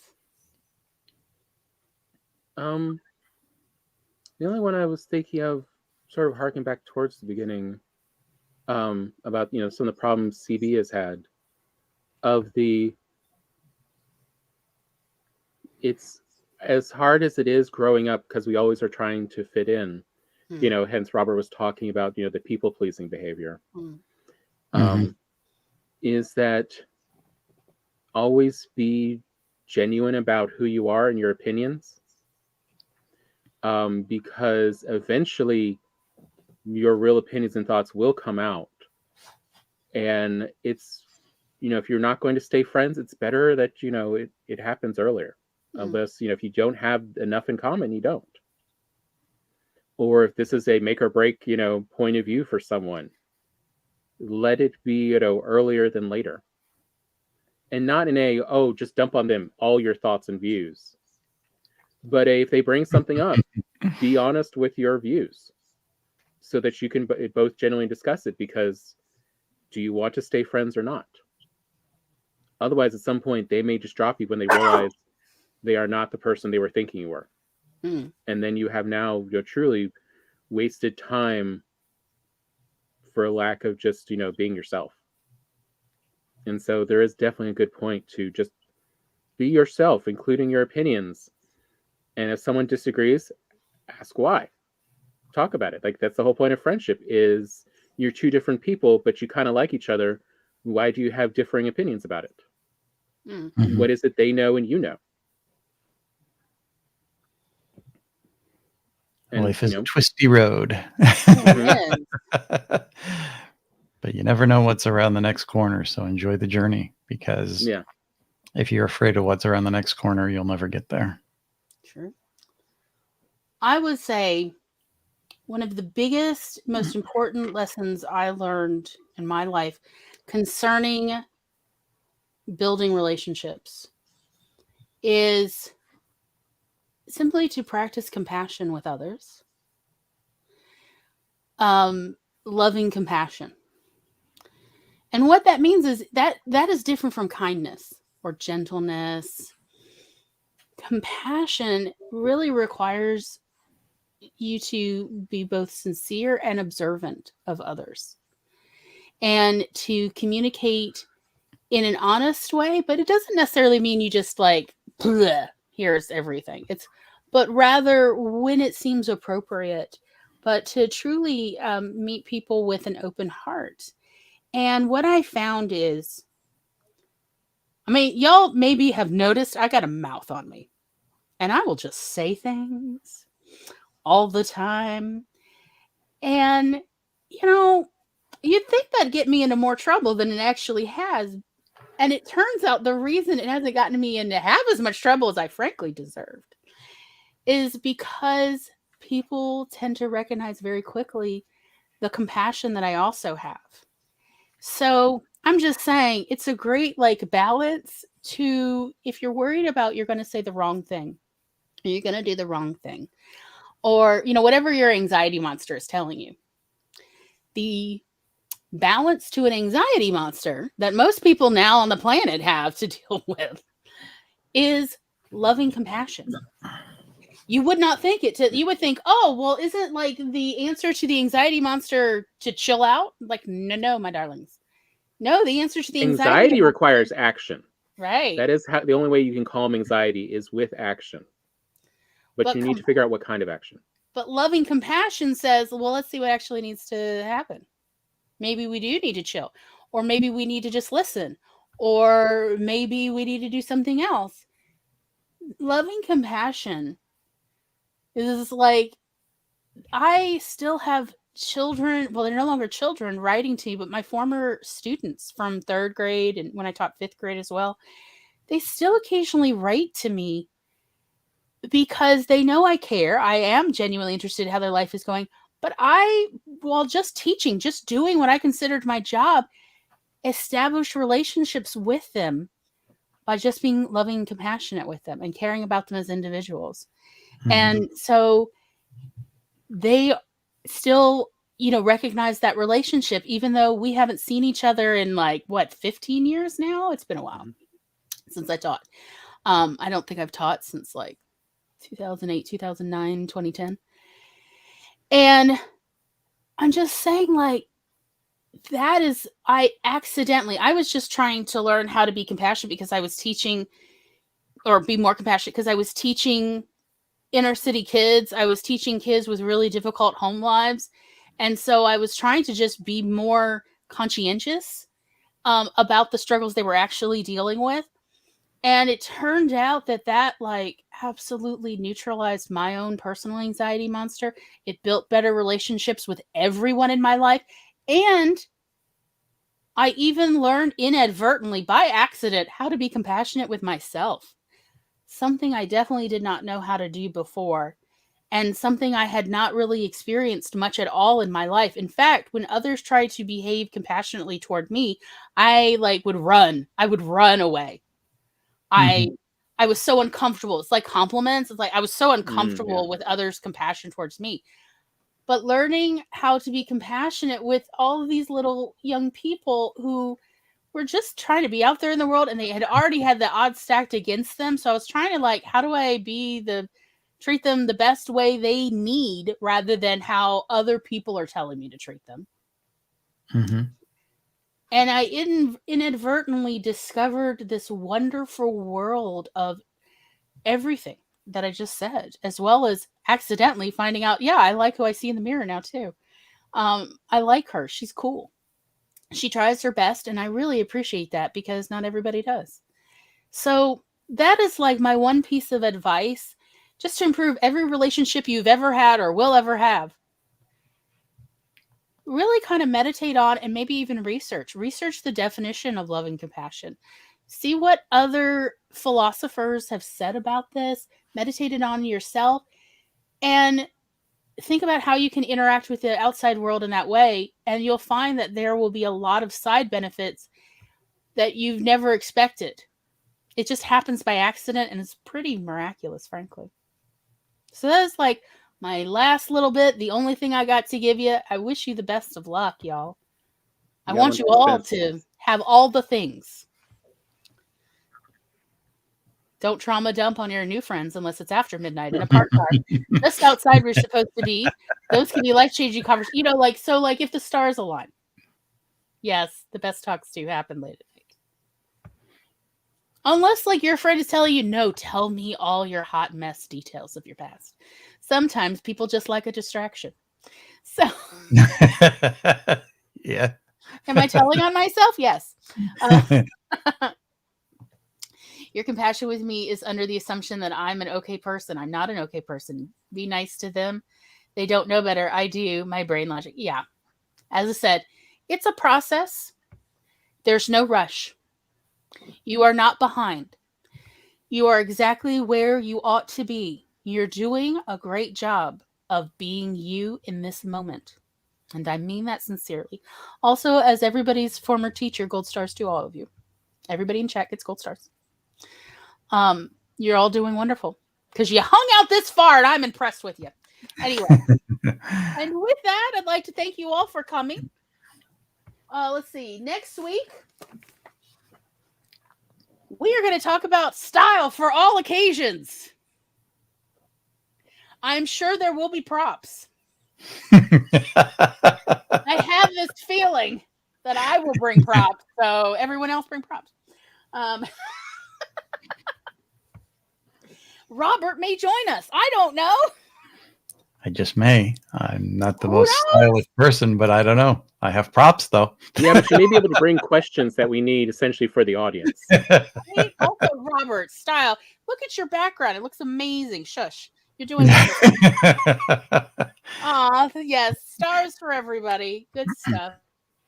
So, yeah, that's what we're going to talk about. And like, we're going to talk about style as a philosophy, an expression of self. There's no exactly right or wrong answer to your own personal style. That's why we're going to talk about the philosophy of style. Also, we will talk about, just pairing stuff. Because, like, sometimes it's like, help, I need to look pulled together. It's an illusion. So we will talk about, like, tips, tricks, and hacks. How to have a style without the need for an ironing board. Oh, gosh. That was our mother's lifelong goal. Yes. So, like the title of an interesting story. She was very adamant. No irons. Yeah. I wasn't entirely sure if it was because of, like, she just didn't like ironing or because of several bad accidents destroying clothes with an iron. Probably all of the above, like she grew up in the era when people ironed their hair. It was a wild time. Y'all. So yeah, that's what we're going to talk about. I don't know what it's going to happen. It's going to be something. So you should definitely tune in. And if you haven't already, be sure to ring that notification bell. Robert, would you like to do an outro? Sure. Well, my channel is The Story Detective. For anyone still listening, I will probably have a new video up Friday or Saturday. And my channel is taking all forms of storytelling and combining it, putting it under a Sherlockian microscope, and breaking down the craft and making the viewers journey easier. Yeah. Cool stuff. There's tech reviews. There's some lightsaber reviews. There's stuff coming up, which plans for the coming year, which I think will be interesting. So stay tuned. Awesome. Thank you. All right. Tom? Nope. Tom's passing. Tom's links are down below. Did you know Tom has a Vela story? If you live in America and, you have a browser, you can read the first 3 episodes for free on Amazon. And then the rest of the episodes are for literal pennies. So I'm just throwing that out there. Also, yes, I do also have a Vela story. If you like, what was it? The Princess Bride meets Willow. Maybe I got a story for you. I don't know what to tell you. So yeah, we hope that you meet us. Oh yeah. Wednesday on our Twitch channel at 9 p.m. Eastern time. We will actually get ready for next Monday's show. So we will go over how we make our title, and people who come and chat often like to help us figure out our title. We work to have an emotionally engaging YouTube title, since that is what helps us grow and how we've, grown so quickly over the last several months. So we try to model that as well as get everyone else's feedback. And we go over our process. That's what we do on the Twitch channel at 9 p.m. Eastern on Wednesdays. And then on Thursday at 3:30 Eastern is Coffee Bunny Cafe. The only thing I can promise y'all is it's 4 hours of chaos. We will be doing sprints. We do a sprint an hour. Kat is teaching me how to play Sims 4. So for the rest of this month, it will be Sims 4 heavy content. She has PowerPoint slides. I am learning. I had homework assigned and I did my homework. So that will be on my Twitch channel this Thursday, because we go back and forth with Kat Leo writing every week. It's one or the other. So we hope that if you can, you'll join us for Coffee Bunny Cafe if you're interested in chaos or sprints. And other than that, We will be on Zara's channel in about 2 hours. no, we will not. I guess you didn't see those notifications. Zara's not feeling well, so she's canceled the stream. And in theory, we will do this instead next Monday. Okay. So I don't know. But, it's the holidays, y'all. We're all just hanging on by the skin of our teeth, I guess. Yes. Yeah. Interesting and slightly busy week ahead. But yeah. Yeah. By the time the next stream comes about, we'll be through the holidays. Well, yeah, some of we'll it, be through one of them. and depending on how long Christmas is for you, since Christmas goes to Epiphany for some folks. Yeah, I mean, we have from like the 17th, or is it the 16th to the 18th? We're visiting Georgie's son, so we won't be around. But chances are I will be here next Monday. So, because that's still a bit ahead of time, I think. Yeah, awesome. Mm-hmm. Oh, yes. Thank you, Carrie. And the after party is in our Discord server. If you need a link to the Unicorn Council Discord server, be sure to let me know, and we will figure out a way to send it to you.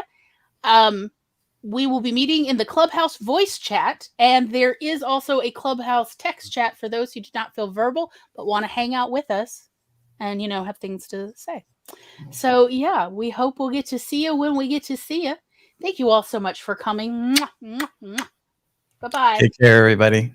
Bye.